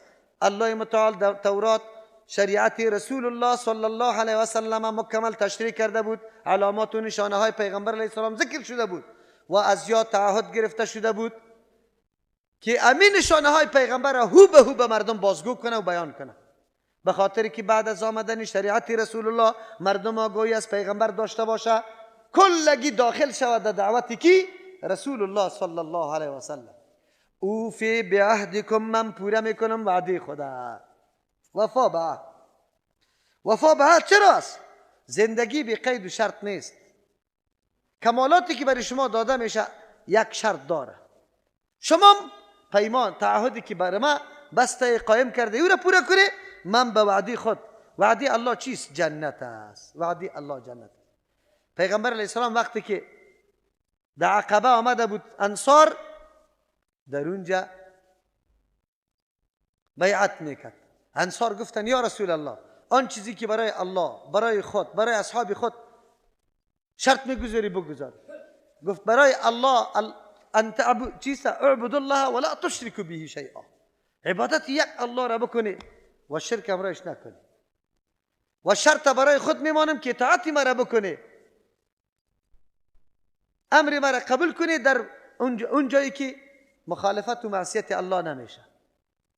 و در مورد اصحابم از ما حمایت کنی مثل که از اولاد و زنایتان حمایت میکنی. صحابه گفتن بالکل ما دایی بیعت میکنیم، لیکن ما هم شرط میگذاریم. برای ما چیز؟ رسول الله گفت برای شما جنت است. وعده الله جنت است، عزت است برای مسلمان. اگر ما تعهد خدا عملی کنیم الله عزتمندی را لازم حال ما میگردانه. امو مردم بی سر و پا مردم بود، ولی وقتی وفا به تعهدات پیغمبر کرد الله انصار به کدام القاب یاد کرد، چی فضیلتا، چی امتیازات الله برای ازوا نصیب کرد. امروز هم تعهد وجود داره. اگر مسلمان تجدید عهد بکنه، خدا ملازم به امرای احکام الله بگردانه، تسلیم کنه خدا به یک کتاب الله و سنت رسول الله عمل بکنه، عظمت و امو مرتبهش الله پس اعاده میکنه. نمیگذاره که طور حالت باشه. ما ترک کردیم، ما دین ترک کردیم، دنبال دموکراسی روان شدیم. ما قرآن و حدیث ترک کردیم، کتاب لیلی و مجنون و یوسف و زلیخا را گرفتیم. بستان و گلستان پیش ما قدر پیدا کرد. قرآن کجا بود؟ حدیث کجاست؟ خلاصه کیدانی پیش ما قدر قرآن پیدا کرد. کسی که سنت رسول الله را حرام بگوید، ما کجاست قرآن و حدیث دفاع کردیم یا گرفتیم؟ افسوس است که علما چرا چشم پوشی میکنه؟ آیا کتاب خلاصه همی گپا را ذکر نکرده؟ سنت رسول الله را حرام نگفته؟ چرا بیطور کردیم؟ کتاب هدایه را آسان به مردم معرفی کردیم، لیکن کتاب حدیث مشکات سخت معرفی کردیم. علما انشاءالله اینجا موجود است. شما را به الله قسم هدایه سخت است یا مشکات شریف؟ کدامش سخت است؟ در او سالا را مقرر کرده که 3 سال بعد در مدارس فعلی یک فقه چند سال خوانده میشه. 1 سال اول شروط صلات، از شروط صلات شروع میشه، قدوری، کنز، مختصر، بگه دیگه شرح وقایه، بعد از هدایه. چند کتاب میخونی؟ حدیث چند کتاب میخونی؟ در مدرسه برام نشان بده که کدام حدیث شروع کرده. یک کتاب حدیث در نصاب برام نشان بده. مدرسه سلفی ها پیدا شدی لکده در یکی از صنفا بلوغ المرام یا عمدة الاحکام شامل کردن. چی کردن؟ در بعضی جایا 40 نووی را 40 حدیثه که اون 50 حدیث در حقیقت او را شامل کردن. در درجه 9 میرسیدی، بعد از او اونجا مشکات شریف می خوندی، گردنت بسته، در لباس سنت حدیث پیغمبر خوندی یا در خدمت مذهب خوندی؟ کدامش؟ در دوره کلان که رسیدی در خدمت مذهب حدیث خوندی، یعنی که حدیث من حیث حدیث رسول الله تفسیر کردی، فواید و مسائلش مستنبط کردی؟ کدامش کردی؟ تو عالم در روز قیامت به الله جواب میدی یا نمیدی؟ آلی خود سر ما انتقاد بکن. ما انتقاد سری مذهب نمیکنیم. امام ابو حنیفه رحمه الله ما را اینطور نگفته بود که حدیث پیغمبر در خدمت مذهب ما قرار بده و ما مذهب دارم. بگذار سندی تا از امام ابو حنیفه که تو را گفتم مقلد ما شو، یک سند برام بده. امام صاحب چرا در بین میکشانه و ما را ملامت میکنه که یا گستاخی امام صاحب میکنه؟ نعوذ بالله. ما چرا گستاخی از زیر بکنیم؟ ما قدرش یاد داریم. شما پیش الله رفته نیستی. این مردم هم ملت چرا کور میمانه؟ مراجعه برات میکنه شخص که مولوی صاحب رفع الیدین است یا نه، گنگوله میشی بونگ بونگ بونگ بونگ بونگ بونگ اینطوری میکنی، باز میگی در حدیث است خدا مذهبی ما نیست. تو همین کلمه تا یک دفعه وزن کو، باز بعد از او تو یک وزن کو که در حدیث است خدا مذهبی ما نیست. یعنی چیزی که در حدیث باشه که در مذهب ما نباشه قابل چیست؟ عمل نیست، تو باطل است و آدم گناهگار میشه. تو یک دفعه وزن کو، از سخن یک دفعه طول کو، بعد از او برات معلوم میشه که تو چی جواب میدی. بیا دیگه این عالم یهود مستاقش تو میگردی یا کسی دیگری؟ قرآن برات میگه چیزی که تعهد عالم تعهدش است که چیزی حق میشنه و او را به مردم بیان کنه. از او خاطر الله پشت سر میگه و ایای فرهبون. کدام چیز است که انسان وادار به این میسازه که حق بگویه، عمل به یک امر بکنه؟ زمان ای کار آدم میتونه که از الله بترسه. از کی بترسه؟ و ایای فرهبون، خاص الله میگه از ما بترسه، از مخلوق نترسه. انسان حق وقتی گفته میتونه که از مخلوق نترسه. که از مخلوق ترسیدی، امین جا عالم حق گفته میتونه؟ نمیتونه، از مقتدیا میترسه. میگه باز وهابی برام میگه سبا میکشه مرا باز وهابی میگه سبا میکشه مرا. بگویه وهابی چی است؟ از مردم سوال کو که کی را میگه چی است؟ وجود داره نداره؟ کدام مسلک و مذهب است یا نیست؟ ما خود تالی ندیدیم. و آمینو بما انزلت مصدقا، یهود الله خطاب میکنه ایمان بیاری به او کتابی که نازل کرده ایم. الله میگه ما مصدقا که تایید کننده است، لما برای او مطالب و مضامین معکم که امرای کتاب خودتان است. عقیده توحید در اونجا مکمل بحث شده، در این قرآن کریم مکمل بحث شده. تایید میکنه یک مصدقا تایید کننده است، لما بامرای او کتاب معکم که امرای شماست. او کتابا را این قرآن کریم تایید میکنه که بله کتاب آسمانی است، در وقت و زمانش قابل قدر قابل عمل بود، لیکن پس آنها دست زده شده. هر کس نظر و آرای خود در او داخل کرده، تعریف شده، اصل حقیقت وحی گم شده. دو ترجمه سوم، مصدقا موافق است، لما بامرای او گفته ها او نشانه ها معکم که امرای شما در کتابایتان در مورد این قرآن و این پیغمبر است. کدام نشانه ها که در کتابای شما ذکر شده، این قرآن امون نشانه ها را بیان میکنه، موافقت داره. اگر شما این کار میکردی به خاطر که مخالفت میداشت، یک راه و عذر براتان بود، اما هیچ عذر نیست. الله برش میگه به این قرآن اعتراف بکنی. چرا؟ به این پیغمبر اعتراف بکنی که نشانه هایش در کتابایتان موجود است و نشانه ها را مکمل شما میبینی. خود شما علما، این خطاب به علماست، شما علما میبینی به مردم بیان کنی که بله درست است، بله درست است. ولا تکونوا نشوی اول کافر، اول انکار کننده در جمع با سوادا. اگرچه بی سوادا خاص شما کرده، مشرکین مکه وقت انکار کرده بود، لیکن به جمع با سواد، کسایی که صاحب کتاب است، شما اول انکار کننده نشوی. چرا که مردم پشت شما اقتدا میکنن، ملا میدانه شما را. وقتی که شما این را قبول نکنی، مردم هم قبول نمیکنه. چرا؟ شک در دلشان میپرده که وی این عالمی باز که قبول نمیکنه، حتما در این کدام چیزی است. ولا تشترو، علت شام چیز که شما بیان نمیکنی، به خاطر که دکانداریتان از بین میره، دکانداریتان از بین میره، سوغاتا قطع میشه، حقیقت برملا میشه. او ملا صاحب اگر حقیقت بگویی، پست قربانی از تو نمیشه، سرسایه از تو نمیشه، این ختمای پنجشنبگی بدعت است، این اسقاط وجود نداره. تو بیچارگک این کلی گپایت قطع میشه نمیشه قطع؟ اونجا که میری از خانه یتیم چندین شو 40 شو نان خورده رایستی، این قطع میشه. حق الله را حقی خود کرده، این قطع میشه. ولا تشترو بی آیاتی ثمنا قلیلا، با کتمان آیات و احکام ما شما بهای اندک یا قیمت اندک دنیا را. و علم الله بری تو عزت داده، علم دین داده. علم دین امرای کسی باشه با شرافت و با عزت است. دنیای مرداری خسیس چی است؟ دنیای مرداری خسیس دنبال تو بدوه، تو قطی لغت زده برو دنبال بدوه، تو قطی لغت زده برو او دنبال بروه، نه که تو دنبال دنیای مرداری با می علمت بدوی. چرا؟ من الحمدلله من عالم هستم، روزی جمعه خطبه میدم، دیگه 5 وقت امامت ندارم، مرا کسی امام نکرده. و نه کسی الحمدلله تعالی را طلب معاش کردیم که بیا مرا معاش بده. به مردم گفته کمک میکنه در جایی که امامت هم کردیم، ما طلب نکرده. خو الحمدلله دنیا خود به خود میاد. الله میرسانه، به عزت میرسانه، به آبرو میرسانه. قرآن کریم بگوی امروز اقداغ اسی مسائل در هر جای، در مساجد، در مسجد الله، اعرابی آدمی دیهاتی میآید در گوشه مسجد پیشاب میکنه. چی میکنه؟ پیشاب میکنه. طفلا میفهمه که پیشاب کردن در مسجد چقدر گناه است و چقدر نارواست، چقدر خلاف اخلاق، چقدر خلاف انسانیت است. صحابه کرام یک دم چی میشه؟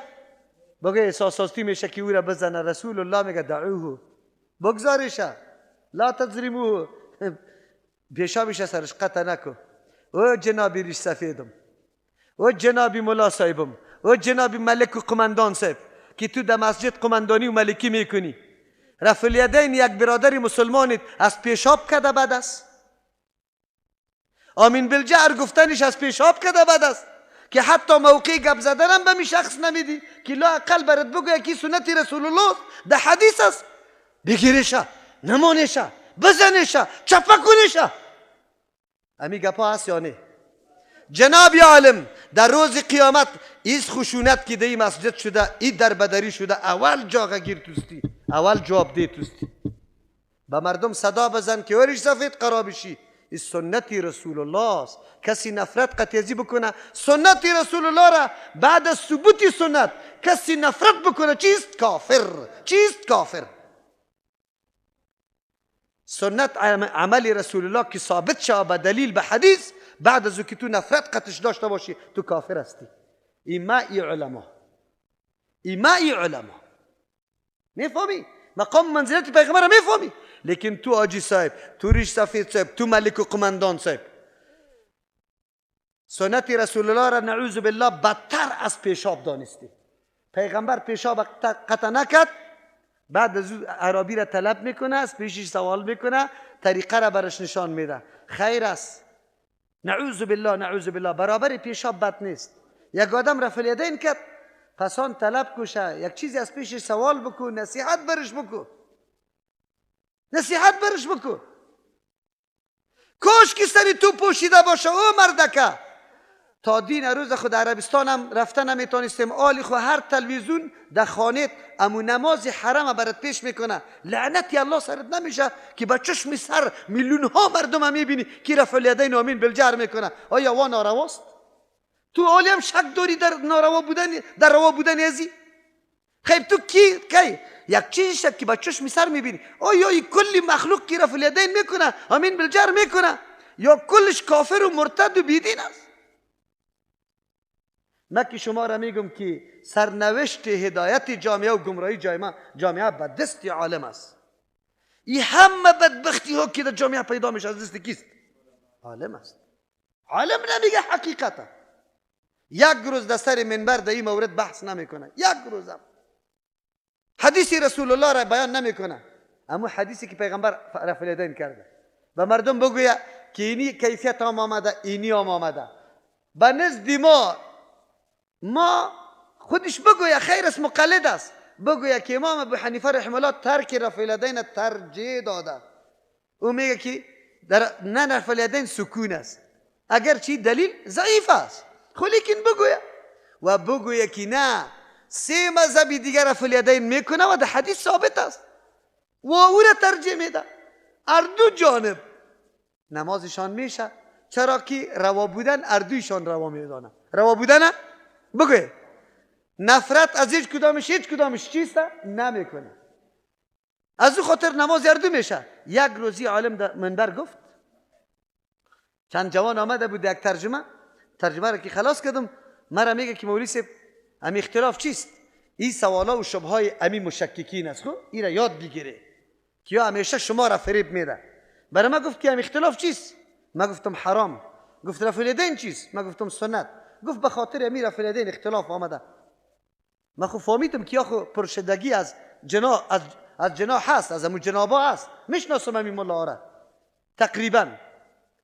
ما گفتم بیا در کنم، سوال از ما کردی؟ گفت بله. جواب تو نگرفتی؟ گفت بله. ما گفتم یک سوال از شما میکنم، حالی شما بگوی که حرام از بین ببریم یا سنت از بین ببریم؟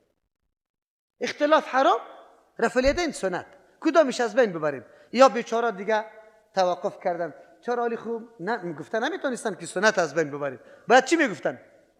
حرام از بین ببریم. این مردکا بند ماندن. من برشان گفتم بیا درا جواب خوب بگوید دیگه. حالی از من سوال کردی جواب گفتم، شما یک دفعه مجبور شدن دیگه گفتن حرام از بین ببریم. من گفتم شما آمدی برای من نشستی میگی که مولوی صاحب سنت از بین ببر، فتوای خودتون است که بعد حرام از بین، اختلاف از بین. گفت نه، اختلاف از امیر فی الیدین پیدا میشه. ما خیلی خوب، چرا پیدا میشه؟ سوال کردم از پیشون چرا پیدا میشه؟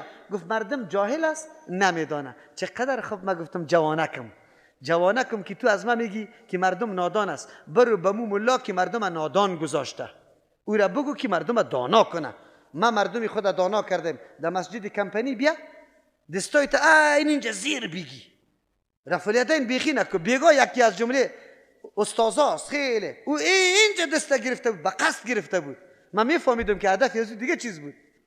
و هیچ آمین بالجهر نگو. اگر کسی بری تو بد سعی کرد، من دست خود قطع میکنم.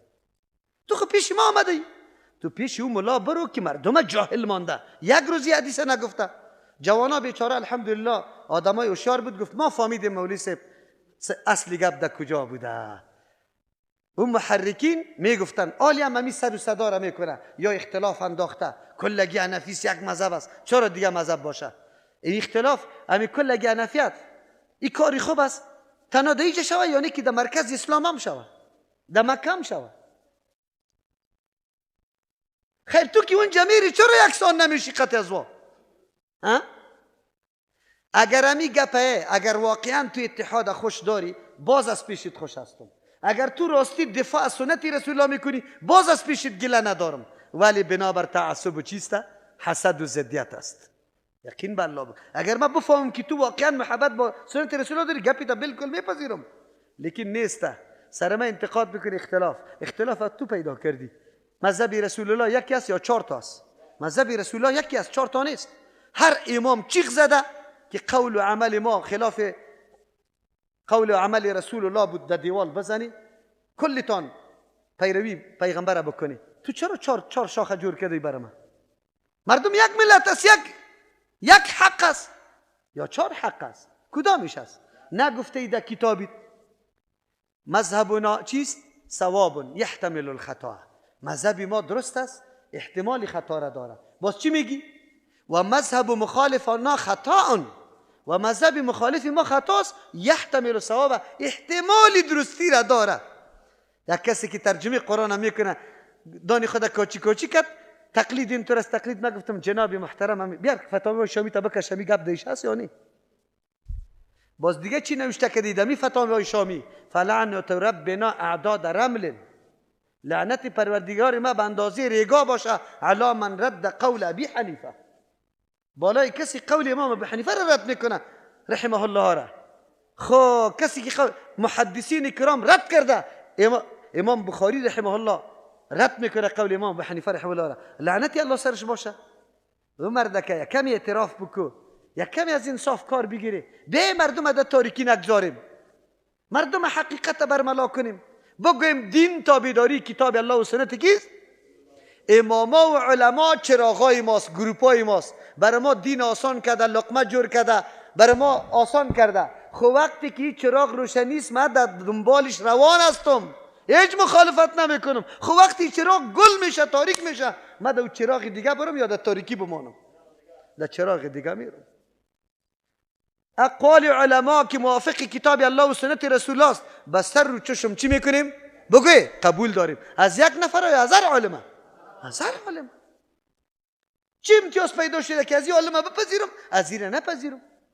یک کسی را گفتم، من گفتم مولوی صاحب بود، من گفتم مولوی صاحب امی قول امام صاحب چرا ما میپذیریم؟ چی دلیل و امتیاز است که از این بپذیریم؟ گفت به خاطر که قولش حق است. چقدر خوب. من گفتم حق چی را میگه؟ گفت که سند و دلیل داشته باشه. چقدر خوب. اگر یک عالم پیدا شود و قولش سند و دلیل داشته باشه، بپذیریم یا نه؟ حالی ایران هست که چی بگوید؟ گفت بپذیریم. من تو میگی که نپذیریم. تو میگی نه از یکی را بپذیریم، من میگم از کل گیره که حق باشه بپذیریم. چرا نپذیریم؟ باید بپذیریم. بدانید شما که سررشته تمامی بدبختی ها از کجا شروع میشه و چرا شروع میشه و چرا این کار میکنه. علت چیست؟ امامتش اونجا میگه کارم خوب میچله، برات میگه موریس یک دو جای کرسی خصوصیم دارم، در مکتب معلم هم هستم. امامت کم هست اگرچه ملامتی یک است. خو علم تو این مردم در تاریکی نگاه نکو، به مردم حقیقت و واقعیت برملا کو. ولا تشتروا بآیات ثمنا قلیلا. این قیمت کمه، این دنیای بی ارزش در مقابل این گپا نکو. علمای یهود صفات رسول الله صلی الله علیه و سلم در تورات تغییر دادن. در تورات تغییر دادن. دو معامله علما کردن، یکی با اون مردمایی که کم کم معلومات داشتن، یکی عوام بود. از عوام پنهان میکرد، هیچ نشان نمیداد.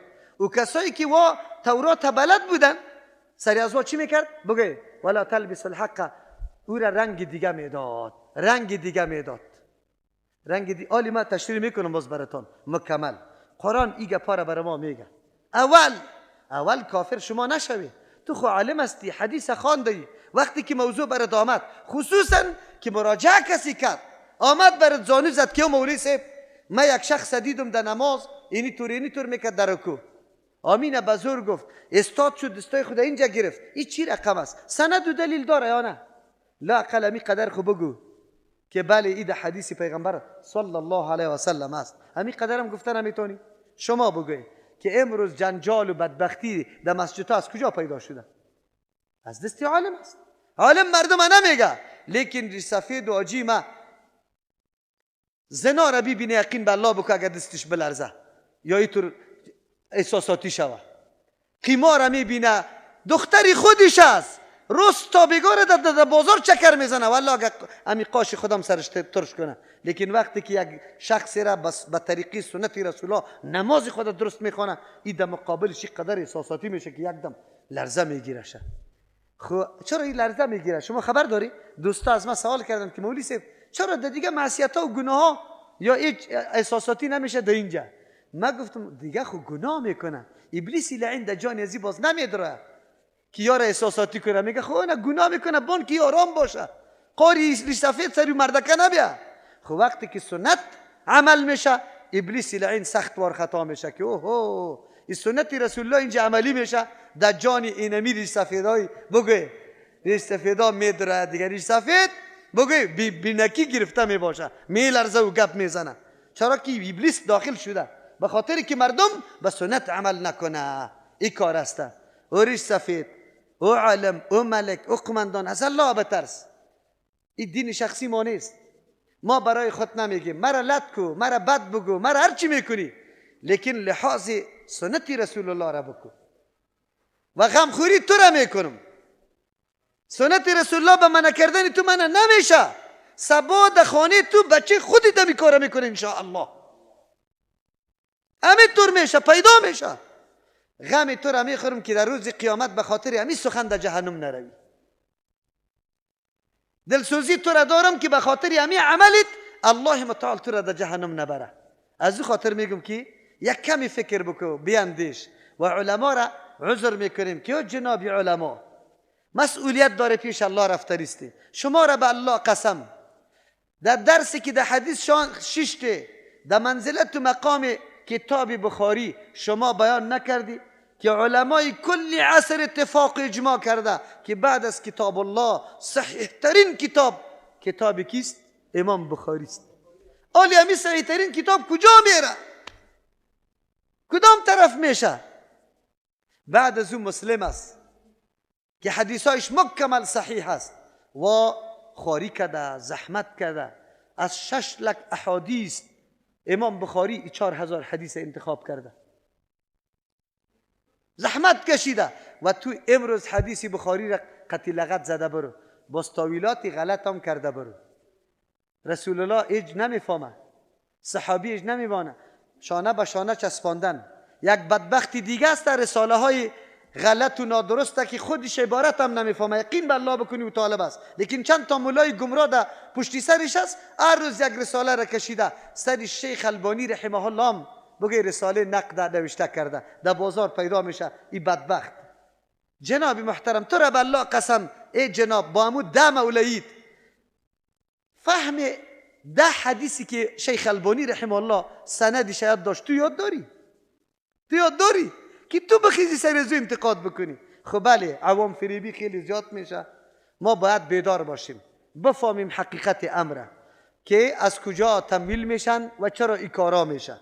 و کتابای زخیم مفت توزیع میشه به نام صراط مستقیم. صراط مستقیم ما شما در سوره فاتحه خواندیم که صراط مستقیم مصداقش 4 چیز بود و در او کتاب هم 4 چیز یکیش موجود است یا نه؟ یکیش موجود است یا نه؟ انصاف قطع شما باشه، انصاف امرای شما باشه. خو نه، ما بازم میگم زبقتت ندارم، به الله قسم ان شاء الله گپی حق از دهنت بره اولترین عمل کننده ان شاء الله مستم. اول سخت مخالفم باش، دشمنم باش، ولی گپی حق از دهنت برآمد ان شاء الله این کار نمیکنم، عمل میکنم. این تعهدم است. اما یک کمی از الله بترسیم.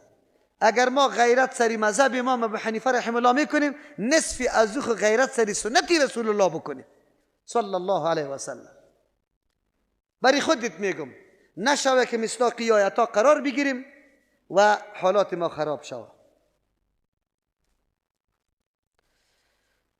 ولا تشتروا بیااتی، نخری آیاتای مرا، آیاتای مرا نخری. آیاتا خریده میشه؟ نه. ولا تشتروا بکتمان آیاتی، نخری به پنهان کردن آیاتای ما که در مورد رسول الله آمده. شما اینطور نکنه پیسه دنیا معلومات های دنیا را گرفته رایسته، چیزی بیارزش بهای اندکی دنیاوی را این را گرفته رایسته. حقیقت می پوشانی سر مردم. و ایای فتقون، خاص از ما الله متعال میگه بترسی، خاص از ما بترسی. نکنی دنیا را ترجیح ندی، مردم را ترجیح ندی. الله میگه از ما بترسی. سخنی مرا به مردم واضح بیان کنی چیزی که آمده.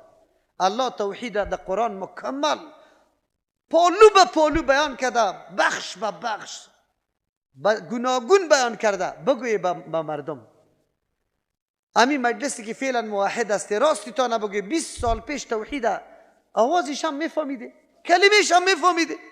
توحید چه کلمه است؟ علما موجود بود یا نه؟ همین مردم که دلیل و سند میگه که سابق علما نبود، سابق علما نبود. بله علما بود، خو بیرق سر قبر خودش تا دست میگرفت میرفت سر قبر نصب میکرد. در میله گلی سرخ در مزار خودی ملا میرفت، دوارم او میکرد نمیکرد. خو ملا دلیل میشه برای من، دلیل میشه. ملا برای میگفت که خودش علم آموخته میرفت در پیش یک پیر سجده میکرد. الله رحم بکنه. الله اکبر. در یک موقع نمیگم اصلی چی را نشسته بودیم، گپ برآمد. مولایی است، خیلی کلان مولایی، ریش سفید. میگه شما وهابیا برآمده میگه که اولیاء چیز نمیتونه، فلانی شخصیت در غزنی اینی طور کارا کرد. مولایی است، چی است بگه؟ الله اکبر. ما گفتم شخصیت نمیتونه، او مولوی است. ولایت بشناس، ولایت یک کرامت جزئی است، عزت جزئی است، الله جاری میکنه، در اختیاری ولی نمی باشه. اینمی قدر چشما را سر ما کشید، دو دشنامم کرد مرا. بسیار افسوس به این خوردم که عالم است، ریش سفید است و تعالی را فرق در بین بگوی ولایت و الوهیت نمیفهمه. کی الوهیت است کی میگه، یعنی کی ولایت است؟ این ولایت است یا الوهیت است؟ تا این اندازه را. خو خیر، الله رحم بکنه. سخت حالت تیر شده، شکری الله متعال زیاد بکشیم، بسیار زیاد بکشیم که الله سر ما رحم کرد. از این مال متاع دنیا الله ما را جدا کرد. عزتمندی ما در خدمت دین است، نه در جمع کردن مال و چی جاه دنیا. این ما یقین داریم و الله سریعمی عقیده ما را مرگم سر ما بیاره، مرگ صحیح، که ما بندی دنیا نشویم مقام و منصب نشویم، حقیقت دین واضح کرده بتانیم. الله این توفیق نصیب ما بکنه. این کمال خود ما نیست. الله سری زبان ما حق جاری بسازه. ولا تلبسوا الحق. بله آلی در اینجا اجرت گرفتن سری آیاتای الله از اینجا خو معلوم بشه که من است. ای افسوس، من که بعضی اوقات میگم که ما حنفی نیستیم، این واقعیت میگم، از جان خود نمیگم. امام ابو حنیفه رحمه الله و علمای متقدمین احناف کلش قائل به ایسته که سر قرآن خواندن، تعلیم دادن، سر کلش اجر گرفتن حرام قطعی است. چی است بگوی؟ علما دیگه غیر از مذهب حنفی، دیگه علما میگه که سر امامت بگوی اجرت گرفتن پروا نداره. اگر دم میکنی اجرت میگیری، پروا نداره. چرا؟ در حدیث ثابت است در دم کردن. البته در قرائت قرآن کریم که برای ثواب قرائت میشه، کلگی میگه که اجر گرفتن حرام است. قاری صاحبی که فعلا تراویح برات میده، با کدام پول و پیسه که قرآن میخوانه، اینمی پول و پیسه حرام است بری ازو. چی است بگوی؟ حرام است بری ازو. و کسی که قرآن به خاطر پول و پیسه بخره ثواب داره، تو چطور پشتی سرش استاد هستی میگی که ما ثواب میبرم؟ اورام در 3 روز و در 4 روز و در 5 روز 2.5 سپاره را در 15 و 20 دقیقه و در 1 ساعت خلاص میکنه. با قرآن مسخره میکنه یا با قرآن عزتمندی قرآن نگاه کرده؟ چی رقم تلاوت کرده؟ حظ شعر است، امو قسم یک زمزمه شعر واری است، یعنی که قرآن است که واقعا تو را قلبت بیدار کنه، توجهت طرف آخرت پیدا کنه. کدام رقم است؟ خو امروز ایلها جور میکنه، میگه ما این پیسه را در مقابل نماز فرض خفتن که میدیم. خیلی خوب. یک وقت من مدرسه داشتم، دمی قلعه نجاره یک قاری صاحب روان کرده بودم، از فرزه سو قاری صاحب الله برش اجر بده. او که کالا داورده بود، که پیسه آورده بود نگرفته بود، گفتی حرام است، من به خاطر رضای الله ختم کردم. صبح 13 نفر سفید در مدرسه آمد پیش من. مولوی صاحب تو گفته ای که حرام است؟ گفتم بله. گفت نه، ما برش خودی ما میدیم همینطور، برای اعزازش داریم. چقدر خوب. قاری صاحب گفتم خیر دیگه سال برای زیاد ختم نکن قاری صاحب، کی مردم چقدر اعزازی تو را میکنه در خانهت. همین چرا؟ الله خو از نیت و ارادتون خبر داره. یخادعون الله، تمام عمر مخادعه و فریب با الله میکنی. شما با فقیر و مسکین و یتیم نکردی، با قاری چطور بکنی؟ دروغ چرا میگی؟ امی کار نکنی، اینطور کار نکنی. به نزد حنفیا سر تعلیم قرآن کریم هم اجرت گرفتن نارواست. سر قرائت قرآن قطعا حرام است. ابن عابدین رحمه الله صاحب شامی، فتاوای شامی که دیگه مرجع آخری علمای احناف است، هر فتوا که میده از اونجا میده. او رساله بسته نوشته کرده که اجرت گرفتن سری ختم قطعا حرام است. دادنی و گرفتنی اردو گناهگار است. کجاست تنالی همی حنفیا؟ ختما چرا میگیره پیسه را؟ در تراویح ختم پیسه میگیره، در روزای پنجشنبه ختم میکنه پیسه میگیره. یا حنفیت کجا رفت؟ چه قسم حنفیستن یا؟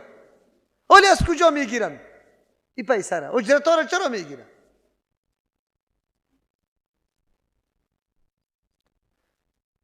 سه مورد وجود داره. یک مورد که اتفاقا گرفتن اجرت سرش حلال است. اتفاقا گرفتن اجرت سرش حلال است. دم کردی توسط قرآن کریم، اجرت سرش گرفتن درست است اتفاقا. ابی سعید خدری رضی الله عنه صحابی سو میفرما در یک سفر روان بودیم، در یک قریه پایین شدیم، از وا طلب ضیافت و میمانی کردیم که برای ما چیزی بده، هیچ چیز هم نداد. سخت گشنه و تشنه شده بودیم.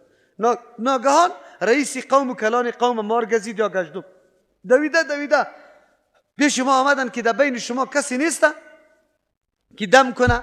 کلان قوم ما گزیده شده. گفت ما فهمیدیم که حالی میتونیم از یا چیزی را اخذ بکنیم، چرا که کلانشان گزیده شده. گفتیم ما دم میکنیم لیکن اینطور عادی نه. گفت چی؟ گفت یک مالدار مردم بود، گفتیم یک رمق گوسفند بر ما بده باد ازو. مردم آماده شدن، ربی گوسفند بر ما داد. ابی سعید خدری رضی الله عنه میگه که ما سوره فاتحه را دم کردیم، الله متعال بر ازو شفا داد. از همون خاطر یک نام سوره فاتحه چی بود؟ شفا بود. در هر دوا و مرض چی درد و مرض سوره فاتحه چیست؟ این نیست که اجازه داری نداری، هر کدامی ما هم درد خودم درد دیگر را دم کرده میتونیم. اجازه را الله داده. کی داده؟ دیگه کسی اجازه دادنی مقرر نکنه که باز شرک میکنه. شارع یکی است یا دو؟ شارع اجازه کننده یکی است، دو تا نمیشه. از پیر استاد خود اجازه داره، از پیر استاد. کدام پیر استاد؟ پیر استادی که حدیث خوانده علم داره یا نه که پیر استادی کفر و شرک؟ کدامش است؟ کلگی دم میتونه، هر مسلمان دم میتونه، زن میتونه، مرد میتونه، خرد میتونه، کلان میتونه. سوره فاتحه است. مالا که گرفتیم نزاع در بین ما و صحابه، در بین صحابه پیدا شد. یک تعداد گفتن سری قرآن اجر گرفتیم، اینا رواسته. یک تعدادی ما گفتیم رواست. پیش رسول الله صلی الله علیه و سلم که آمدیم واقعه را بیان کردیم، رسول الله گفت ان حق ما اخذتم به اجر کتاب الله. لایق‌ترین چیزی که شما در موردش اجرت گرفتی کتاب الله است. چرا؟ این دم و معالجه بود. چی بود بگه؟ دکتر وقتی که تو را معاینه میکنه فیس خدا میگیره نمیگیره؟ دوا که میده پیسه میگیره یا نه؟ این معالجه است، این دم است. بالکل پیسه گرفتن سرش رواست. این را ما به اتفاق میگه که علما میگه، کلگی میگه ما به اتفاق حرام است. سری قرآن کریم قرائتش اجرت گرفتن که قرآن هم به خاطر ثواب خوانده شوه اتفاقا حرام است. کل علما میگه. موضوع امامت اختلافی است که سر امامت و آذان اجرت گرفته شوه یا نه. در اینجا علما دو جماعت است. یک جماعت میگه بنابر ضرورت سر تعلیم قرآن جایز است، به خاطر ازی که اگر یک کسی تعلیم قرآن نمیده کل عمر در تعلیم قرآن تیر میکنه، اجرت هم نگیره، معاش بندوبست و معاش و وسایل معاش خود از کجا میکنه؟ از او خاطر باید این اجرت بگیره. یک تعداد علما میگه که نه، اجرت مقرر کردن صحیح نیست که تعیین کنه که این قدر بده، اما اگر کسی قطش کمک میکنه انعام رقم ایره میتونه. این قول راجع‌تر معلوم میشه در نظر به دلایل که آدم باید تعیین نکنه، لیکن اگر کسی باز قطش کمک میکنه من حیث انعام سری تعلیم قرآن کریمی باز پروا نداره. از او خاطر چی است؟ اما نظر به ضرورت ها که بس اوقات تعلیم قرآن فلج میشه، مثل که در عصر ما باز میتونه که اگر آدم با اجرت هم تعلیم قرآن بکنه، قرآن کریم تعلیم بده، البته در مقابل تعلیم اجرت نگیره. باز اینجا در مقابل بند کردن نفس خود که اینی قدر وقت خودم در اینجا حبس کردیم، بند کردیم، از او خاطر اجرت بگیره که من اینی قدر وقتم مصرف میشه. ولا تلبسوا الحق بالباطل، شما مختلط نسازی، آمیزش ندی حق بالباطل و باطل، و تکتم الحق، شما پنهان نکنی حق، و انتم تعلمون، حال است که شما میدانه که پنهان کردن حق گناه عظیم است، یا و انتم تعلمون خب میدانه که اینی حق است لیکن بازم شما پنهان میکنی. هر دو معنا درست است. تلبیس حق امرای باطل، آمیزش حق امرای باطل که بیا پنهان شدن هم حتمی و ضروری است. چرا تلبیسی را میگه؟ یک چیز چهره باطل داره، خود تو برش لباس چی را میپوشانی؟ حق میپوشانی که سر مخاطب فریب میدی که بله این حق است حالان که او باطل است. اینی را تلبیس حق امرای باطل میگه. تلبیس حق امرای باطل چی را میگه؟ شی نارواست لیکن تو شکل روا برش میدی. شی نارواست لیکن شکل روا میدی. این موارد بسیار خیلی زیاد است، خیلی زیاد است. اسقاط ساقط میکنی تو ذمه‌واری و مردکه را، مکلفیتی که از جانب الله برش است. این باطل است. مال مردم هم میخوری، پیسه مردم هم میگیری، کار کرده ای؟ کدام چیز سرش فروخته ای؟ اجاره گرفته ای؟ چی کرده ای که پیسه را میگیری؟ لباس حق برش پوشیده، میگه خودم مستحق اعلان میکنه و ایره فدیه. ایره چی؟ خودم مستحق اعلان میکنه و ایرم چی؟ فدیه. قند و قرود کرده میخوره. باطل بود خوردنی ای پول، لیکنی برش رنگی چی داد؟ بگه رنگ حق داد. فدیه رقم اون خورده رو ایسته. اینی را میگه تلبیس حق امرای باطل. امروز این گپا خیلی زیاد میشه. تلبیس حق امرای باطل امرای کسی میشه که یک کمی معلومات به یک چیز داشته باشه. از او خاطر یک تعداد علمایی که خب علمشان در نهایت نرسیده، ما و شما او را نیمچه ملا میگیم. این امچه ملاها را این مردم توسط ازی چی میده؟ چی رقم میده؟ وقتی که یا میخوان که حق امرای باطل آموزش بده، اعلان میکنه میگه مولوی صاحب متوکل زیارت قبول نداره، دعا را قبول نداره، ولایت قبول نداره، کرامت قبول نداره، خیرات و صدقات قبول نداره. تو که یک کمی علم داری امی دستی در ذهنت میاد که این ملا خو کافر مطلق است، به خاطر که دعا در قرآن آمده او صریح آیت است این الذین یستکبرون عن عبادتی. مراد از عبادت چیست؟ دعاست. سیدخلون جهنم داخرین. صدقه را قبول نداره، خود قرآن آمده. ولایت قبول نداره، هم در قرآن آمده. مریم ولایت داشت. چی داشت بگوی؟ ولایت داشت، کرامت داشت، الله برش داده بود. اصحاب کف کرامت داشت، خود قرآن آمده. زیارت قبول نداره، رسول الله صلی الله علیه و سلم امر کرده. این چطور قبول نداره؟ امیدستی فتوا را صادر میکنی که اوه این آدم قابل کشتن است، بیا دیگه در صدد کشتنش رو. چرا؟ به خاطر که تلبیس سری تو آورده. نگفت برید که مولوی صاحب متوکل دعای اجتماعی بعد از فرض و سنت میگه بدعت است. نمیگه که زیارتی که فعلا مردم قبر خاص کرده زیارت از هر قبر میشه، ولو که کافر هم باشه. کافر اوباما که بمره زیارت ازو بسیار خوب میشه. چی رقم زیارت میشه؟ برو در پالوی قبرش استاد شو بگو که العین چقدر تاخت و تاس کردی، امروز در امینجا بندی شده ای، آلی در سرنوشت شومید مبتلا شده. عبرت بگی از پیشش. عبرت زیارت به خاطر عبرت گرفتن است، مرگ یاد آمدن است، آخرت یاد آمدن است، قلبت نرم شوه، بی‌رغبتیت با چیز امرای دنیا پیدا شوه. یا برای دعاست. یک برای کافر دعا نمیتونی، دیگر نکته های زیارت کلش در قبر کافر هم وجود داره. برای زیارت کدام قبر خاص مشخص نشده که هر زیارتی که گنبد داشت تو زیارت میشه، دیگر قبر نمیشه. اگر بیرق داشت تو زیارت است، اگر نداشت نه. اینطور نیسته.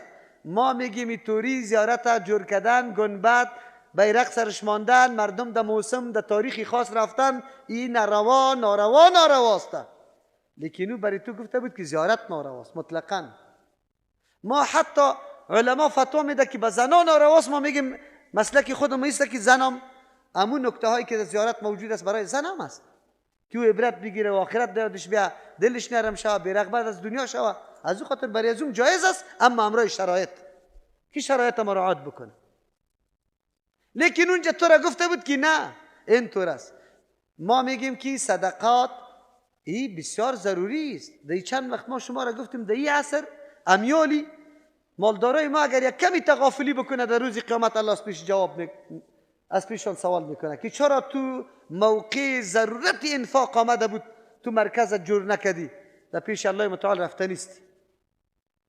ما میگیم این صدقاتی که برای شکم پر کردن است و ریا و سمعت است. کارت نوشته میشه مدیر صاحب، وکیل صاحب، رئیس صاحب، ها در یک کارت نه یتیم است، نه بیوه، نه مسکین، نه فقیر. در یک کارت هم دیده نمیتونه. این را من میگم صدقه نیست، این را میگم میمانی است. و میمانی هم کی؟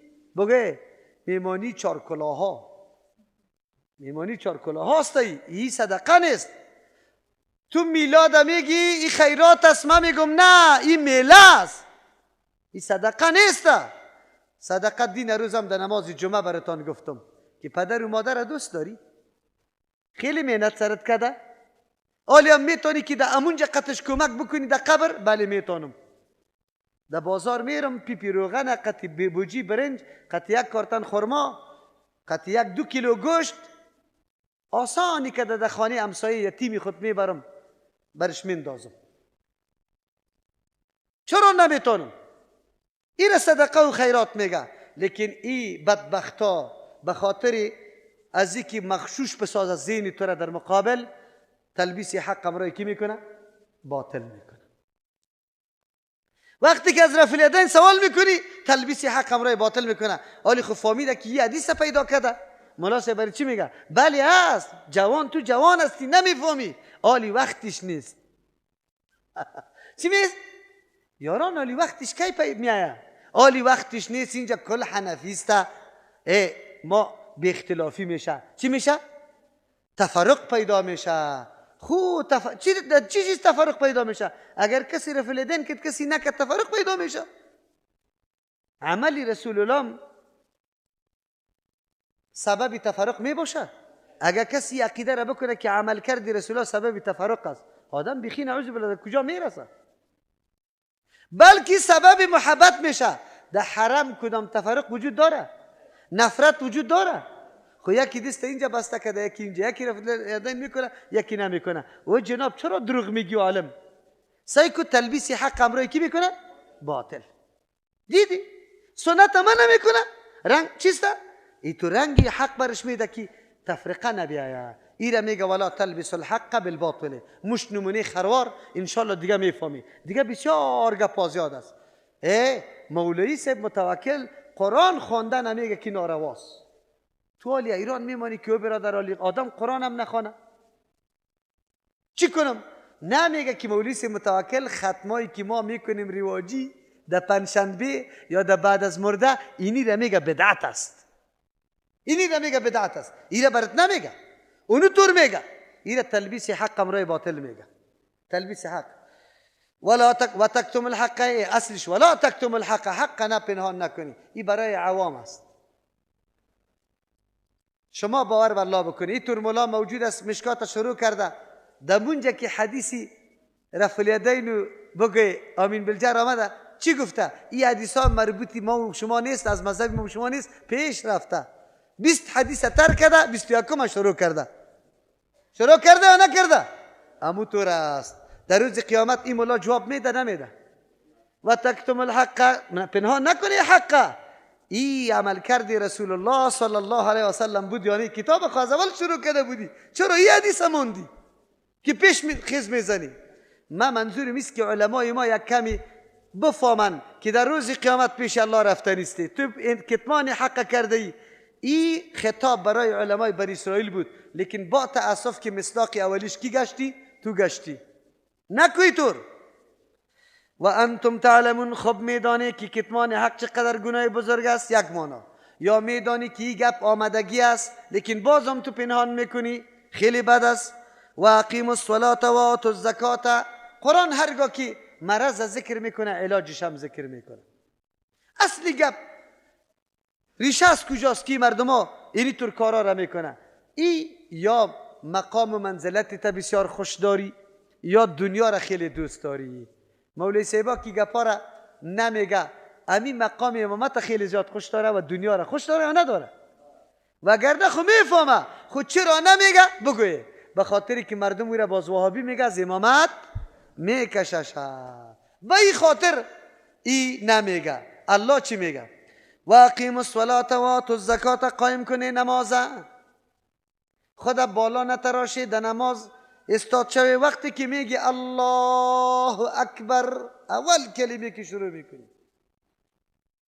او مولا صاحب پیش تو مردم اکبر بزرگ نباشه، قدرش قیمتش رضامندی از او پیش تو خیلی قدر نداشته باشه. کی قدر داشته باشه؟ الله. رضامندی کی قدر داشته باشه؟ الله. مقام و منزلتی کی قدر داشته باشه؟ الله. از خاطر الله علاج بیان میکنه. اگر تو میفهمی الله اکبر توسط نماز، تو خود به خود جور میشی که من پابند کی باشم، حق پنهان کنم یا نکنم. نماز تو را معاونت میکنه. و آتوا الزکات. مال دوست نداشته باش، بده زکات. ملا که مال دوست داره به خاطر که زکات نمیده. اگر مصرفا را بکنه باز در قصه امامت میباشه؟ نمیباشه. ما اینطور کسا را دیدیم. مولوی صاحبی که ترجمه قرآن کریم میکرد پیکولی میفروخت. چی؟ در پاکستان در یک شهر رفتم، خب عالم برجسته بود ماشاءالله.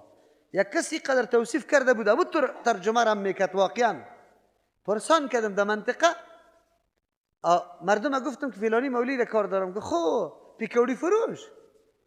من گفتم مولوی است دیگه. گفت اونجا عالی نیست. رمضان مبارک بود. گفت دیگر دم دیگر دو اونجا پیدا میشه در بازار. باز رفتم که همون وقت رفتم که پیکولی را برای افطاری پیکولی جور میکرد میفروخت. خب رفتیم در مسجد الحمدلله در حلقه درسش 200 نفر ترجمه قرآن کریم پیکوری بفروش، موچیگری بکو، با عزت. دی عیب نیست. انبیاء علیهم السلام هر کدامش کاسب بود. داود علیه السلام، ادریس علیه السلام، شیس علیه السلام، رسول الله صلی الله علیه وسلم. ابو بکر و عمر رضی الله عنهما یا کاسب نبودن؟ امی امامی که تو سرش افتخار میکنه ابو حنیفه رحمه الله، ای چطور بود؟ از مال مردم و از اسقاط خورد؟ یعنی که خودی تجارت میکرد کالا و رخته و طالبا را هم وظیفه میداد، قطعی خود لیلیه نگاه میکرد. کدام رقم بود؟ تو چی رقم تابع امام ابو حنیفه؟ تو امی علمایی که از خودیت است، در مذهب خودیت است، ابو بکر خصاف، ابو بکر جساس، قدوری، یا کدام مردم بودن؟ پیشه داشتن، عمل میکردن، از اولی دست خود پیدا میکرد. تو بیشی چپه نبپوش، دست اوله نکو، بگو نعوذ بالله به باطل از مردم خورده برو. گاهی به نام الی اسقاط، گاهی به نام سرسایه، گاهی به نام ختم بگو مرده، گاهی به ختم جمعی پنجشنبگی، اینی قسم. گاهی اجرت سری قرائت قرآن کریم در تراویح بگی، خیر و خلاص. خب برات است، پیش الله رفته نیستی، الله از پیش سوال میکنه. ورکعوا مع الراکعین، رکوع بکنی، امرای رکوع کننده. اینجا مراد از رکوع اصطلاحی است. یکی از استدلالایی که کسایی که میگه که در رکوع آدم کسی امام گیر کنه، از او قرائت مثل که قیامش ساقط شده استثناء شده، قرائت فاتحه هم از پیش استثناء شده، این رکعت گیر کرده. چرا که الله اینجا واسجدوا مع الساجدین نگفت و قوموا مع القانتین نگفت، بلکه چیز مع القائمین نگفت، بلکه گفت ورکعوا مع الراکعین. نظر به حدیث هم کسی که رکوع را گیر کرده باشه مثل که امور رکعت گیر کرده. سوره فاتحه خوانده نشده، این استثناء معاف شده، از تو ساقط شده این رکن و از نگاه اجازه شریعت. از او خاطر تو مدرک رکعت است کسی که در رکوع امام گیر کنه پشتش برابر شه. ورکعوا مع الراکعین. او بعضی مفسرین میگه که مراد از این است که شما از تواضع کار بگیری، فروتنی کار بگیری، خود کلان نتراشه. که یک تعداد مردم اینطور میکنن نمازی ما قطعی از یا نمیشه، نمازی ما قطعی از این نمیشه. پیرا همو طور است. بسیار پیرا چرا نماز در جماعت قطعی مردم نمیخوانه؟ میگه یا دختر فروش است، دخترای خدا میفروشن و نمازی ما قطعش نمیشه. امروز شما روزه میگیری، گرمی از هر طرف شما را زیر گرفته، تشنه شده ای، گشنه شده ای. چی چیز تو را در هدف میرسانه؟ صبر چی را میگه؟ کنترل کردن خواسته ها. کدام خواسته هایی که در وجودی تو است تو را کنترل کنی، پاسخ ندی، پاسخ یا جواب نامشروع برای از او ندی. صبر کار بگی. هیچ عمل در هدف نمیرسه بدون صبر. قرآن کریم نسخه برای ما میده. ما اگر خود داری میکنیم که محبت دنیا هم نباشه و بتانیم مقاومت کنیم در ایرای دعوت خود، اولین چیزی که برای ما نیاز و ضرورت است چی است؟ صبر است. بی صبر نمیتونیم پیش بریم. تا که استقامت نداشته باشیم مقاومت نکنیم. واستعینوا بالصبر، کمک به خود طلب کنید توسط صبر کردن، استقامت ورزیدن. والصلاه، توسط نماز. هیچ مشکلی بالای پیغمبر نمی آمد که طرفی چی؟ نماز مبادرت می ورزید رسول الله صلی الله علیه و سلم. آلی ما خواسته ها زیاد داریم، مشکلات ها زیاد داریم، دنبال ازی می گردیم کدام دعاست که بخوانیم که مشکل محل شود. از ما فتوا طلب نکو، برو اول فتوای الله متعال بگی. مشکل داری؟ حاجت داری؟ کدام مقصد و هدف داری؟ الله برات دو نسخه داده، او دو نسخه را سرش عمل بکو. فتوای من است، فتوای الله است. اللهی که علیم است، محیط است، قادر است، متصرف است، دادنی است، همه چیز است. از ما سوال نکو. واستعینوا بالصبر، کمک طلب بکنی به استقامت ورزیدن، مقاومت کردن. والصلاه، به نماز خواندن. عاجزی به الله بکو، رابطه تا به امرای الله قایم کو. راز و نیاز به الله بکو، مناجات به الله بکو. تو الله اکبر نماز فرض هم نمیخوانی، او باز مرا میگی که دعا کو مولوی صاحب که حاجتم پوره شود. تو من فلانی حاجت دارم، دعا را برام نشان بده. اینه قرآن برات فتوا داده در کل مشکلاتا. اولادت نمیشه، مریضیت جور نمیشه، هدفت برآورده نمیشه، دختری که قصد داری در نکاحت نمیشه، بچه که قصد داری نمیشه، زندگیت خوب نمیشه، هر مشکلی که داری از استقامت و صبر و حوصله کار بگی و نماز بخوان، عاجزی به الله بکو. و انها لکبیرة، خو استقامت ورزیدن و نماز قائم کردن که نمازی واقعی باشه، این خصلت آسان نیست. لکبیرتون خصلت دشوار است، نیست دشوار الا علی الخاشعین، مگر کسی که ترس و خشیت الله در قلبش است. خشیت میگه ترس از الله به همراه عظمت و بزرگی الله که در قلبت وجود داره.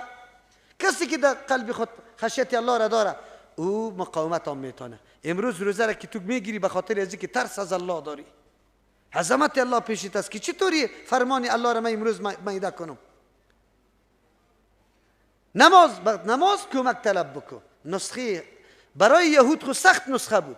نماز بلندتراشی را از بین برد و صبر در مقابل مادیات دنیا که کشش و جلبیت داره، در مقابل از او استقامت کار بگی. از او خاطر استوانه بزرگ برای انجام هر هدف صبر است. ما در ترجمه میایم از صبر که کار نگیریم، چند دقیقه ما بعد آرام بشینیم، بسیار گوش بدیم. این قرآن است، کتاب الله است. من مخل به کسی دیگه واقع نشم، هیاهوی نشوه، رفت آمد زیاد باید نکنم، خود آرام بگیرم که توجه مردم خراب نشوه. یا صبر میشه. یا کمی که خود آدم کنترل نکنه، صبر نکنه، خام خو سری آدم میام این چیزا هم نمیتونی. بهره برداری از نعمات، رسیدن به اهداف بدون صبر نداره. وسیله دیگه که امی هدف برات آسان میکنه، رابطه تا با الله قایم کو. بزرگترین رابطه را که انسان با الله قایم میکنه نماز است. از او خاطر نماز معراج مؤمن است.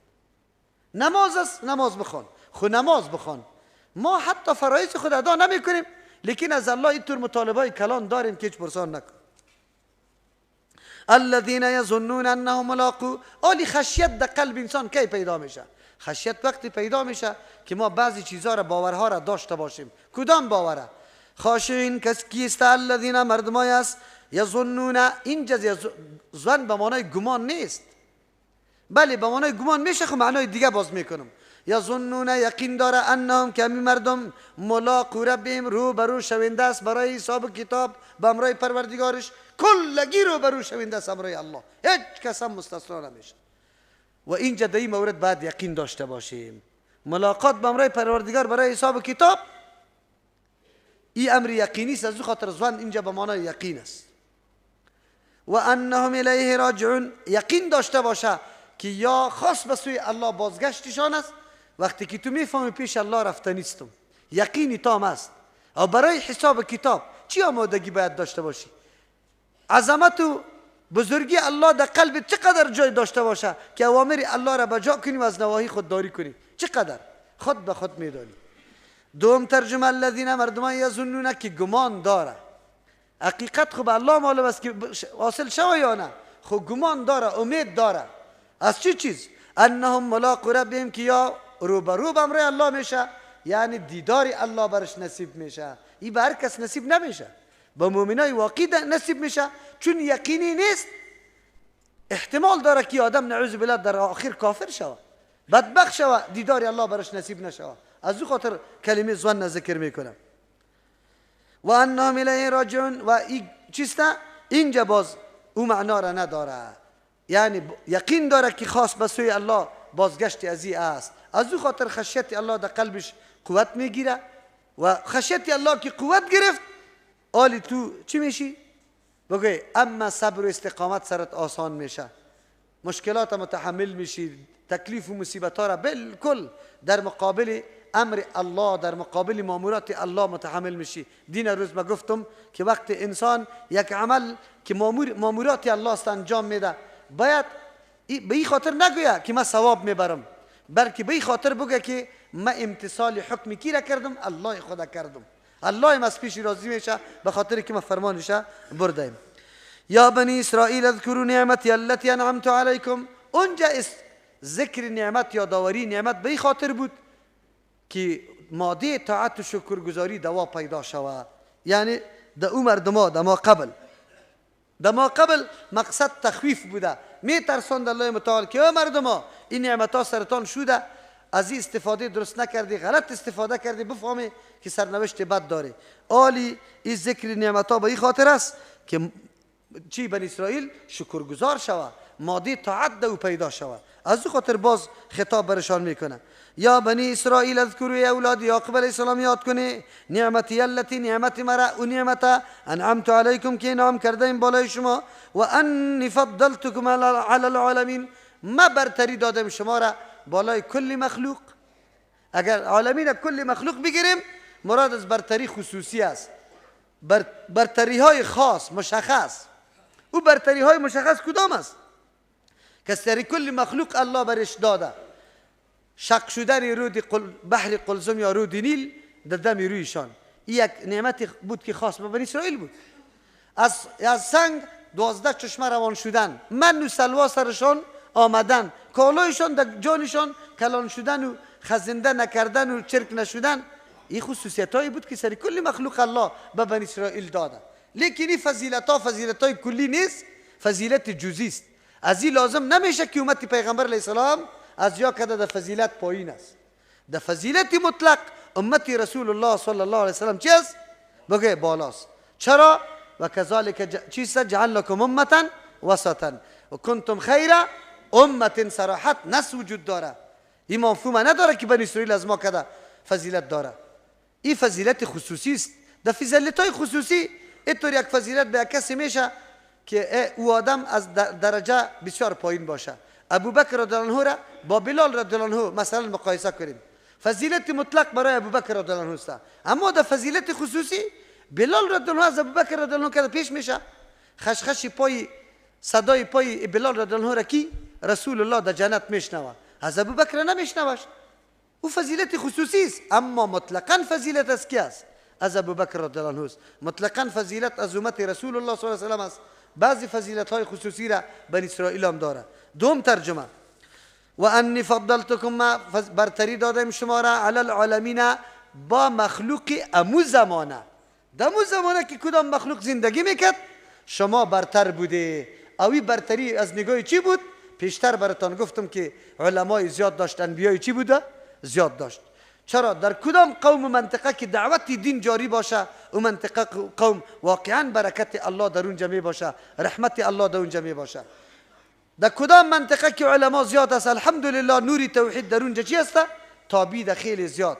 اما کدام مناطقی که عالم نداره ببینی که در سخت تاریکی ها باقی مانده.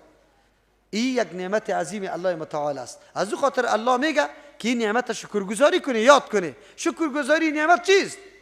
استفاده درست از این نعمت بکنه. وقتی علما در مناطق تان است شما استفاده درست بکنه. او روز براتون تشریح کردم که ما باید در مقابل عالم خود چطور موقف داشته باشیم.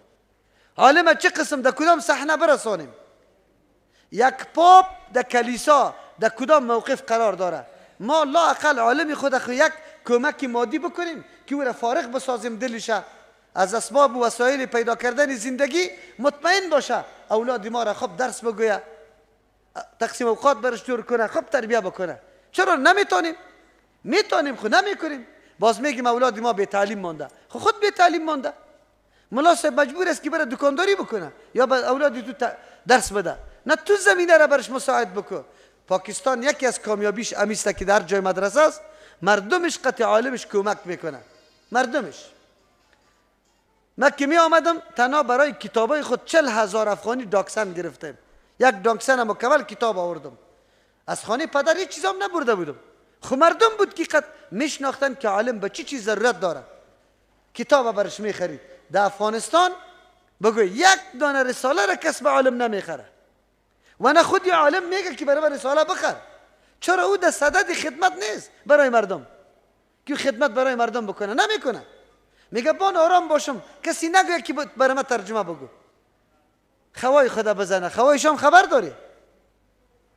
سبکی که نماز زده این عطای خلاص کرد، با زمو چراغ برق زود گل میکنه. مردمی میگه که چقدر دلسوز است، گاز کم مصرف میکنه یا گروپ بیلی برق زیاد نبیه.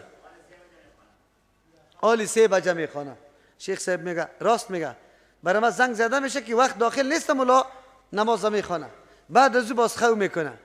من ایره بار بار گفتم خب کی میخزه 7 بجه است. باز که خو میزنه که باز میخزه که 8 بجه است. آخر تنگ میشه از دستی خو کردن. باز در وقتی 12 بجه کیشه و خو سرش میاد. باز در 2:30 بجه خسته میباشه، زود زود آزان میگه. عجیب است. کلی وقت ملا صاحب در مسجد تیر شد، هیچ نه برنامه تعلیم داشت، نه تدریس داشت، نه برنامه سوال و جواب داشت، نه هیچ کدام برنامه. چرا؟ به خاطری که تو از پیشش نه استفاده کردی و نه تو باید او را در کار بندازی. ما مسئله را چرا پیسه تلفنی خود مصرف کنیم در تلویزیون، شبکه های شیطانی را پیش برده بریم کمک کنیم؟ عالم ما موجود است، مسئله را از پیش سوال میکنم، خیر و خلاص. چی ضرورت است؟ ما خود میگیریم، لیکن نیست او کارا را نکردیم. از نعمتی که الله بر ما داده استفاده درست نکردیم، ذکر نعمت باز نمیشه. واتقوا یوما لا تجزی نفس عن نفس شیئا، بترسی از عذاب او روزی که لا تجزی دفع نمیتانه نفس نفس، یعنی مراد از این نفس گناهگار است، عن نفس از نفس گناهگاری دیگه شیئا چیزی را، ولا یقبل منها قبول کردن نمیشه از این نفس شفاعت سفارش کردن، ولا یؤخذ منها عدل گرفتن نمیشه از این نفس عدل فدیه و عوض جرمانه یا پیسه، ولا هم ینصرون امرای اتور مردمای گناهگار امدادم کردن نمیشه. راه های نجات و خلاصی در دنیا که در بندیخانه یا در زندان بری 4 راه داری، 4 راه برای خلاصی داری.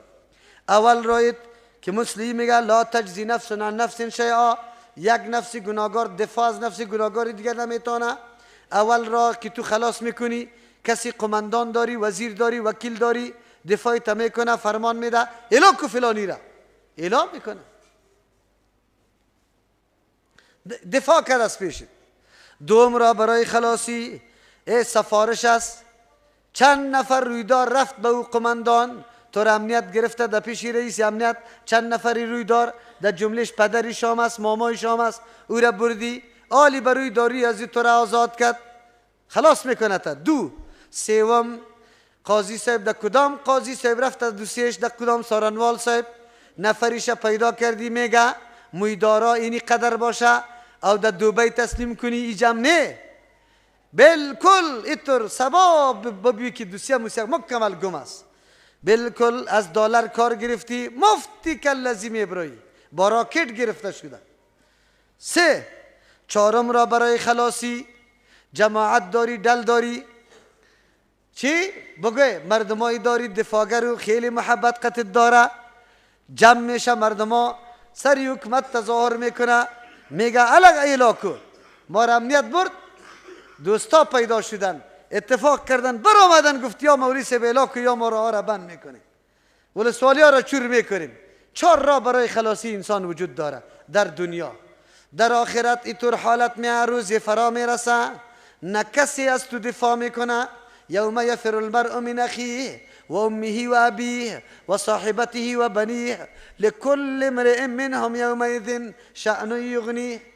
اونجا ارمان میکنی که کاش که گناهم سر مادرم باشه. میفهمی یا نه؟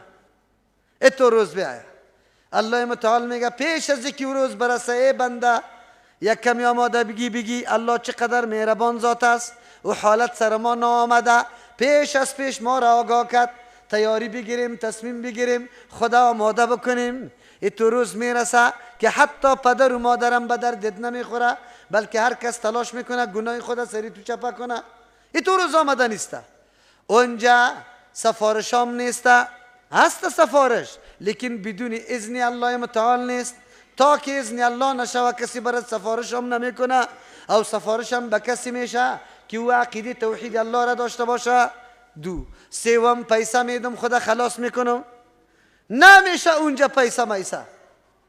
کل دنیا به مثل دنیا آرمانا را کفار میکنه که ای کاش ما نجات پیدا میکردیم. دنیا را خوچی میکنی، دو چندی دنیا را در مقابلی عذاب میدادیم که خلاص شویم. نیست اونجا. اونجا داری جزاست، داری تبادله نیست. کسی پردارم نداری دلو قوم یا چیسته. یک مولوی صاحب همیشه در خود نوشته میکنه هواخواهان، هواخواهان نوشته میکنه، اونجا هواخواهان هم نیسته، هواخواهان هم نداری. ولا هم ینصرون امدادشان کرده نمیشه. این آیت برای ما واضح میکنه که الله میگه در دنیا عالی در تلاش شو که چی اسباب اختیار بکنی که در این تو روز میرسام. قرآن وقت به نظام الله چنگ بزن، کتاب الله را مطالعه بکو. کتاب الله راههای دخول جنتی تو را، نجاتی تو را مکمل بیان کرده.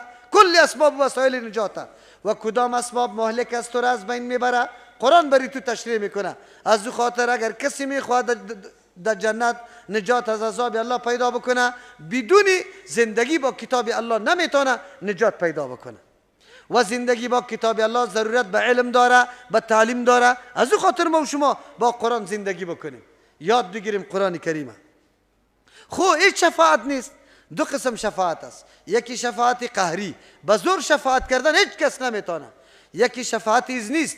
من ذا الذی یشفع عنده الا باذنه. شفاعت میشه 8 قسم شفاعت. کتابای عقاید از نصوص مستنبط کرده، از آیات و حدیث ها جمع کرده. شرح عقیدة الطحاویه از ابی العز حنفی رحمه الله که تشریح کرده، در اونجا 8 موارد ذکر کرده که در اونجا شفاعت میشه. اول شفاعت کبراست از پیغمبر صلی الله علیه و سلم که حساب کتاب شروع شدن نمی باشه. مردم در عرقا غرق است، سخت حالتی خراب و ناگوار سری مردم آمده است. به هر پیغمبر مراجعه میکنه، هر پیغمبر عذر پیش میکنه، تا اینکه کلی گپ به کی خلاصه میشه؟ به رسول الله صلی الله علیه و سلم. این مقام محمود هم میگه، شفاعت کبرا میگه که در حق کلی مخلوق شفاعت بشه. الله اذن میکنه به رسول الله، به سجده میفته، اینطور کلمات و ثنای الله را میگه که تا آلی رو ثنا را نگفته باشه. و بعد از الله متعال برش صدا میکنه که سرت بالا کو، آلی حساب کتاب شروع میشه. این شفاعت کبرا میگه. پس از او 7 مرحله شفاعت ها وجود داره. دوم قسم شفاعت مؤمنایی که حسنات و سیئاتش برابر شده، اصحاب اعراف است، برای از ما شفاعت میشه که در جنت بره. سوم مؤمنایی که چی هستن؟ مامور به دخول جهنم شده، امر شده که در جهنم داخل شوه، شفاعتشان میشه که داخل نشوه. چهارم او مؤمنایی که درجهش پایین است، شفاعتشان میشه که درجهشان بالا شوه. پنجم به او مردم ها شفاعت میشه که بدون حساب باید داخل شوه، بغیر حساب. این پنجم قسم شفاعت است. ششم قسم شفاعت برای بعضی مشرکین در تخفیف عذاب است، مثل ابو طالب باره که در نص ثابت است که تخفیف عذاب است. او عذاب از او خفیفی قدر است که قوقی که در تلی پایش است در دماغش چی میکنه؟ بوگ دماغ جوش میکنه. هفتم قسم شفاعت برای کل مؤمن است که داخل در آتش جهنم شده، گناه ها را مرتکب شده، بعد از سوخته الله متعال اذن شفاعت میکنه برایشان. و چیسته هشتم شفاعت است که کل مؤمنا را الله در جهنم باقی نمیمانه، ولو که یک مرتبه عقیده چیسته چی، ولو که هر قدر گناه زیاد کرده خو عقیده توحید الله را داره، اینمی کلش در جنت میره. الله دیگه تبدیل میکنه گوشت و ایگه پایشه و روزانه گوشت سرش میرویه که در حدیث ثابت است. 8 قسم شفاعت در اونجا است. و اذ نجیناکم، قابل یادآوری است در آن وقتی که نجات دادم شما را من آل فرعون، از آل فرعون، یعنی از لشکر و تابعدارای فرعون. ای بنی اسرائیل، الله علی سلسله نعمتای خدا بالای از یا ذکر میکنه که شما در مقابل نعمتای الله جفا کرده، ناشکری و ناسپاسی کرده، در حالی که لایق بود که خیلی پابند کتاب الله، تورات محکم و عملی کننده شما می بوده، لیکن شما این نعمتای الله را نادیده گرفته. آلی دیگه بیان از یاست، لیکن ما را میشنوانه. الله قرآن روان کرده، نعمتای عظیم الله بر ما کرده، لیکن آیا ما سرش عمل کردیم یا نه؟ الله میگه در آن وقتی که نجات دادم شما را از تابعدارا و لشکر فرعون، یسومونکم که شما را میرسانید سوء العذاب، زشت عذاب، سخت عذاب، یذبحون ابناءکم که ذبح میکرد اولادتان در دم رویتان، پرچه های جگرتان که شما سر از او میبالیدی و دل چیست مهر محبت خود سر از او سرد میکرده، امور در پیش رویتان ذبح میکرد. و یستحیون نساءکم، به حیا میساخت زنای شما را. یک مانا و یستحیون نساءکم، میگذاشت زنای شما را برای خدمت خود. و فی ذالکم، در این نجات دادن یا در این عذاب فرعون برای شما بلاء، امتحان بود، من ربکم، از جانب پروردگار شما، عظیم، خیلی بزرگ. سلسله این داستان است که فرعونیا تصمیم گرفته بود که بنی اسرائیل اولادایش کم کنه. چرا؟ از کثرت نفوسی از وا حراس داشتن که مبادا یک روز یا صاحب قوت شود در مقابل ما قیام کنه، پاچایی را نظام از ما بگیره و ما خدمتگاری از یا جور نشویم. از او خاطر این کار شروع کرده بود. چرا شروع کرده بود؟ 3 مورد در اینجا وجود داره. یک مورد که فرعون مراجعه به عرافه و کاهنا کرده. عرافه و کاهنا برشان گفته که ما در ستاره میبینیم که اینطور یک شخص در بنی اسرائیل پیدا میشه و او شخص رهبری قوم میگیره بنی اسرائیل، علیه تو تحریک میکنه، پاچایی تو را از بین میبره. قبل از اینکه گپ به وقوع بپیونده تو باید تصمیم بگیری و نگذاری که بنی اسرائیل اینطور اولاد پیدا کنه. شروع کرد فرعون امر حلال کردن اولادا را، لیکن این نظریه غلط است. چرا؟ تصدیق کاهن و عراف میشه. تصدیق کاهن و عراف در شریعت ما کفر است. اگر تصدیق نکنی محض به نزدش بری تا 40 روزه نماز قبول نمیشه. کدام کسایی که در پیش جادوگرا و تعویذگرا میره، هندو باشه یا مسلمان، اگر تصدیق نکنی، باور سرش نکنی، تا 40 روز الله نمازت قبول نمیکنه. اگر باور کردی به قرآنی که سری رسول الله آمده کافر شدی. دلت که تو خوش داری یا نداری، همینطور کافر شدی. اگر حالی ما بگیم که کاهن خبر داده، خود تصدیق کاهن است. سوم سبب یا وجره که مفسرین ذکر میکنه، او خوی فرعون است. فرعون خو دیده که یک آتش از طرف مصر از طرف بنی اسرائیل بالا شده و در خانه قبطی‌ها داخل شده. از او خاطر ایده در تعبیر خواب پیش کرده، معبر برش گفته که یک روز نه یک روز پاچایی تو از طرف بنی اسرائیل از بین میره. از او خاطر تدابیر گرفت که نفوس بنی اسرائیل کم بکنه. این کدام مضایقه نداره. چرا؟ در زمان یوسف علیه السلام چیسته پاچا خو دیده بود، او خو راست برآمد. خو از کافر هم راست میبره، از مسلمان هم راست میبره، شده میتونه خو باشه. لیکن قول راجح سوم سبب مفسرین بیان میکنه که است که بنی اسرائیل وقتی که زیاد تکلیف و رنج قرار میگرفتن، باز به خاطر امی در دل یکی با دیگه میگفتن که یک وقت یک پیغمبر آمدنی است، ما زور شدنی هستیم. فقط تسلی دل خود به می گپ میداد. چرا که در تورات پیشنگویی از این ذکر شده بوده. از او خاطر این سر و صدا به فرعون رسید که بنی اسرائیل اینی طور گنگوسه در بین خود داره که یک کسی پیدا میشه و یا صاحب قدرت میشن، حالی امون نفر که پیدا میشه او را باید پیش از پیش خونسا ساخت. فرعون امر کرد که هر سال طفلی که نر باشه این را باید مذکر باشه از بین برده شود. وقتی چندین سالی کار کرد، یا خو کل خدمتگزاری و کارای شاقه و کارای دنیای خود سری امی بنی اسرائیل میکرد، نوکرا کم شد، خدمتگارا کم شد. پیشنهاد کردن به فرعون که نه، 1 سال باید ذبح شه و 1 سال نه. کرشمه حکمت الله را ببینه که موسی علیه السلام 2 سال تولد میشه که وقت سال ذبح است و هارون علیه السلام 2 سال تولد میشه که سال ذبح نیست. اما الله متعال الهام میکنه در قلب مادر موسی علیه السلام. وقتی موسی علیه السلام پیدا میشه، الله در قلب مادر موسی علیه السلام الهام میکنه که در صندوق بندازه، صندوق در بحر بندازه که لا اقل امی درد مصیبت در پیش روی ذبح کردن طفل خود به چشم سر نبینه. چرا؟ محبوب ترین شی در زندگی انسان راستی تا نبگی کیست؟ طفل.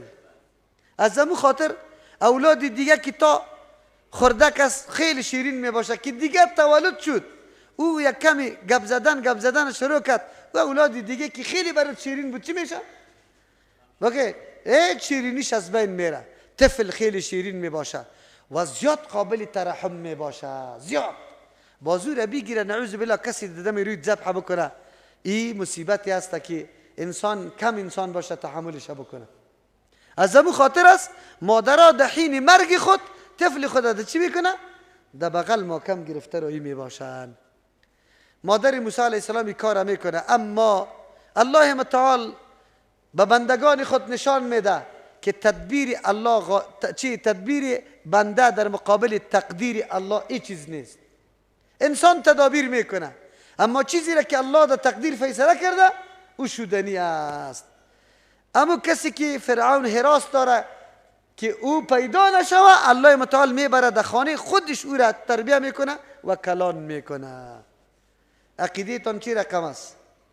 قرآن برای چی عقیده را درس میده؟ خبر داره؟ نه. همه امور به کی تعلق داره؟ به الله. اسباب و وسایل در کار پرتو، لیکن سری اسباب و وسایل اعتماد نکو. اسباب و وسایل که کارگر میشه، مؤثر میشه، کی او را مؤثر میسازه؟ الله. الله جل جلاله. از او خاطر در هر معامله بعد از جمع کردن اسباب ظاهری اعتماد سری کی بکو؟ کامیاب تو را کی میسازه؟ در هدف و مقصد تو را کی میسازه؟ الله جل جلاله. خو موسی علیه السلام وقتی ذبحش آمده، الله داستان از اینجا ذکر میکنه که اینی تو نعمت سرتان شده بنی اسرائیل. فرعون ظالم است، اولادا را ذبح میکنه و زنا را نگاه میکنه برای خدمت. یک ترجمه یستحیون نساءکم است که بی حیا میسازه، زنا را در دم رویش میکنه. سوم ترجمهش است که بی حیا میکنه، دکترها را روان میکنه که یا ولادت نکرده باشه، نعوذ بالله شرمگاه هایش معاینه میکنه که ولادت صورت نگرفته باشه. هر کدامش که باشه بسیار جرم سنگین است، خصوصا به او اهل غیرت، به او کسی که عزتمند است. کسی که نعوذ بالله عزتمند نیست دوست و مردگو است، برای از او هیچ چیزام این پرواها نداره که چی طور است یا چی طور نیست. کسی که عزتمند است به هیچ وجه راضی به این گپا نیست. ولی افسوس است، افسوس است. فرعون خود این وقت علنا حسن همی کار میکرد، طفلا را به کارد محسوس علال میکرد ذبح و زنا را امو حالت میکرد. فرعون این زمانه، استعمار این زمانه، حکومتی که نعوذ بالله فقط دیکتاتوری اعلان میکنه در کل جهان، این فرعونی زمانه امی کار میکنه. یعنی امی هر دو وظیفه را امروز هم امی میکنه، ام اولادی ما را ذبح میکنه و ام سیاسرای و زنای ما را بی حیا میکنه، لیکن به طریقه پنهان و خفی، لیکن به طریقه پیشرفته. کاردی محسوس نیست که در گردن اولاد ما مانده باشه. نعوذ بالله. علنا اینطور نیست که زنای ما را نعوذ بالله چی کرده باشه، اما به طریق معنا، به طریق بگوی پنهان اولاد ما را چطور ذبح کرده. این اینترنت، این دیش، جیب دختر و بچه جوان ما پر از بگوی فیلم است. موبایلش که بکشی مصرف ازی اما در یک ماه 1000 پس چی را دیده، چی کرده؟ اینترنت دیده. چه قسم دیده؟ چه قسم دیده؟ شاگرد پانتون وقتی که میره در وقتی درس خواب است، درس کیمیا فرمولش ختم میشه، فیزیک ختم میشه، این مردکه بیدار میشه، یاد میگیره یا نمیگیره؟ کدام کرده؟ روز امتحان که میرسه بیچاره سوال نمیفهمه، جواب خود چی میکنی؟ نسل ما را کشت، مکمل کشت. بچه 2 ساعت ده موی جور کردن خود تیر میکنه در شانه، کی طور میزنه باز خود جور میکنه. باز دختر 3 ساعت تیر میکنه. کجا میره؟ در آرایش یا عروس میشه یا که در درس؟ یا خود آرایش میاد در درس؟ کلی وقت در او تیر کرده. شما بگوید علال کرده اولادی ما را یا نه؟ مفکوریش خراب کرده یا نه؟ دکتری ورزیده داری؟ چرا از افغانستان مردم میدوه در پاکستان و در هندوستان؟ این دکتر نیست؟ از افغانی ها که زیاد مردم در ممالک خارجی غریبترین ملک بود، 2 و 3 نفرش در پانتون رفت درس خونده. یا خود درس در بیرون خونده، یا چرا ماهر نیسته؟ معلم چرا ماهر نیست؟ انجینر چرا ماهر نیست؟ دکتر چرا ماهر نیست؟ به خاطر که وقت خود ضایع تیر کرده، در پوهنتون به رویداری و به رشوت کامیاب شده، در بورس به رویداری رفته، پس هم که آمده هیچ چیز یاد نگرفته به جز از اعتراض سری مسلمان، سری اسلام، دیگه چیز یاد نگرفته. مود آورده، مود طریقه را، دیگه چیز نآورده. اولادی ما حلال است امروز یا نیست؟ ذبح است، مکمل ذبح، لیکن بیکارت ذبح است. برو موبایل را چک کن که چی چیزا دیده شده و چه قسم سبا روز تو تم توقع خدمت وطن برش داشته باشی. معلم ما، شما باور به الله بکنی، درس تاریخ در یک مکتب میداد، استاد تاریخ بود.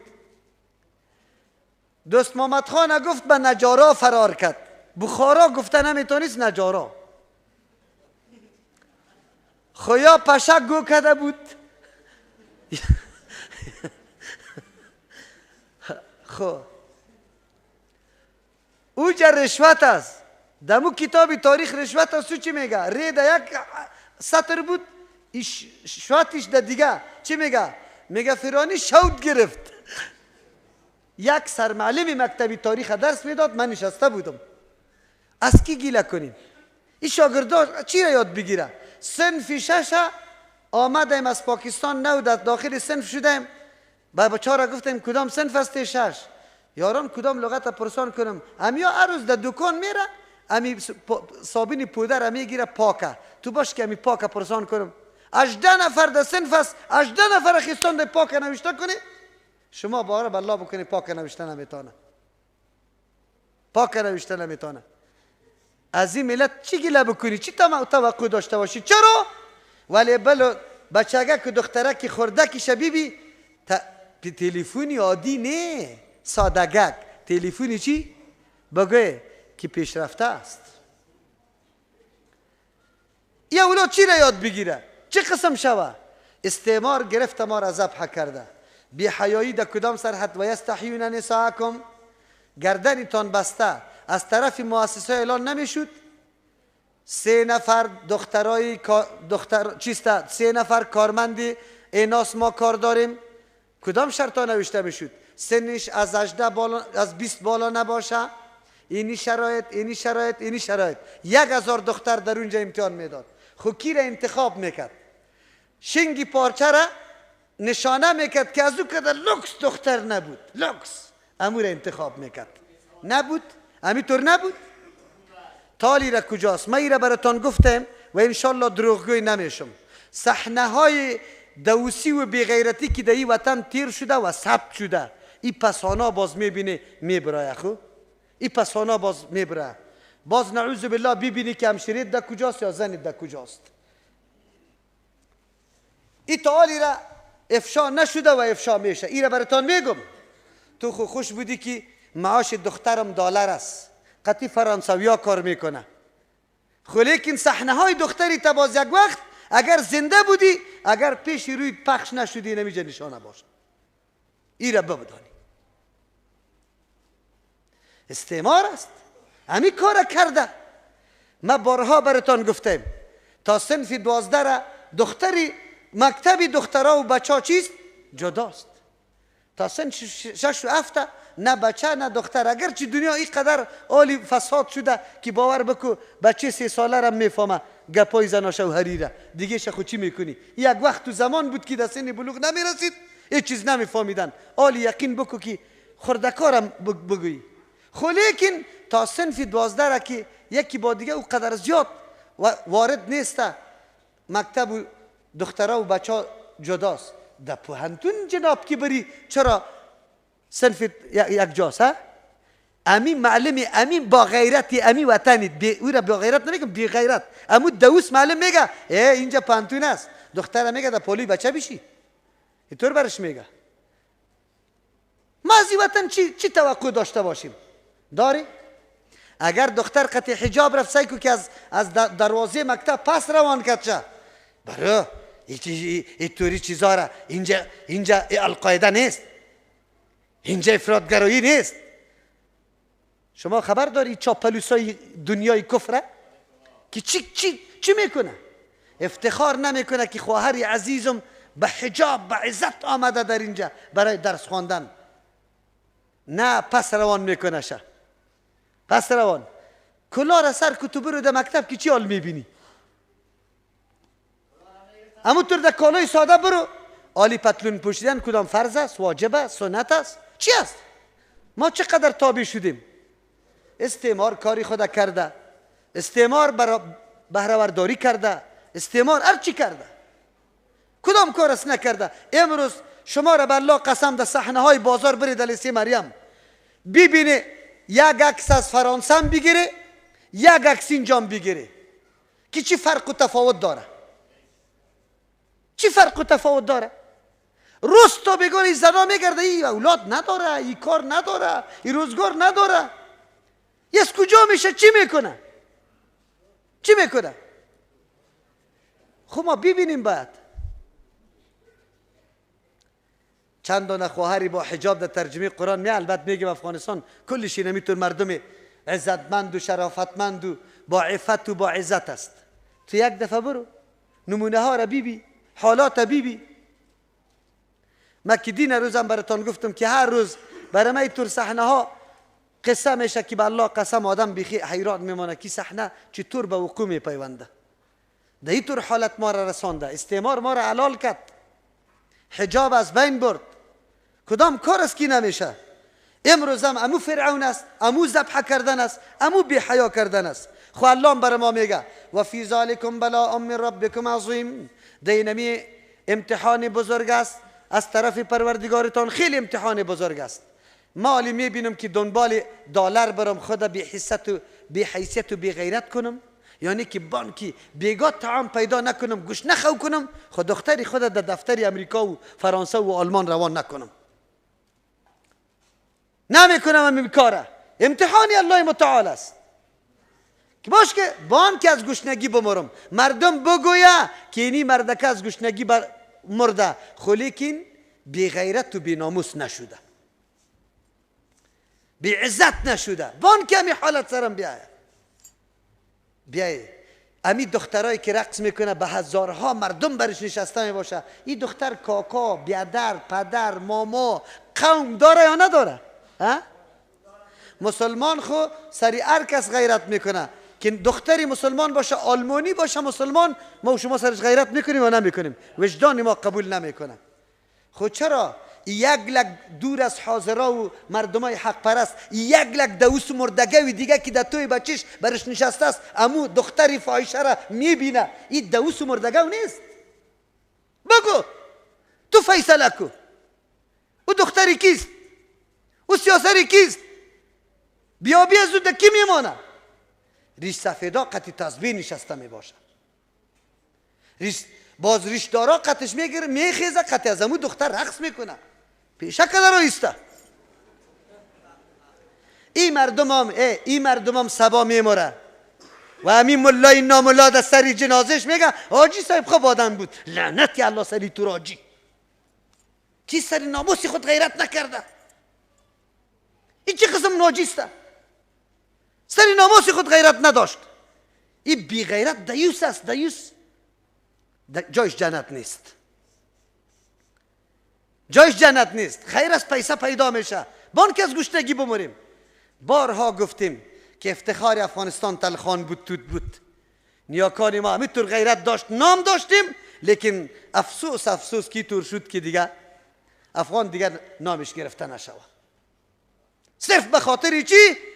دختری ما تحصیلش اینی قدر شده، دختری ما اینی طور کارمند است، معاششی قدر است. او خواهرم به الله قسم که یک لک مسجد جور کردی که تو رعایت حجاب و عزتت نکرده باشی، یک لک مسجد تو را نجات نمیده. تو بکش همیالی امو طور جاها و دفترت ترکو، به پدر بگو که من یک دختری با عزتت هستم، سابق هرچی کردم، خب بعد از این من میدانم که زندگی ما چی رقم تیر کنم. الحمدلله اموطور خواهرایی که رفته بودن در اموطور محلات ترک کردن وظایف، معاشای گزاف خود ترک کردن، گفتن که یقینا عزتمندی ما حفظ شوه. تیر از امی گپ ها دین امیر میگه این گپی نیست. بنی اسرائیل واقعه و داستانش درس برای ماست. اگر ما درس نگیریم جدا موضوع. قرآن شنیدی؟ بله. در ترجمه رفته بودم؟ بله. قرآن دوست داری؟ بله. قبول داری؟ بله. چی رقم؟ نی آیت شنیدم خازی گوش داخل شد، از گوش برآمد. سبحان ربک رب العزة عما یصفون و سلام علی المرسلین والحمد لله رب العالمین. الله توفیق مزید نصیب ما بکنه.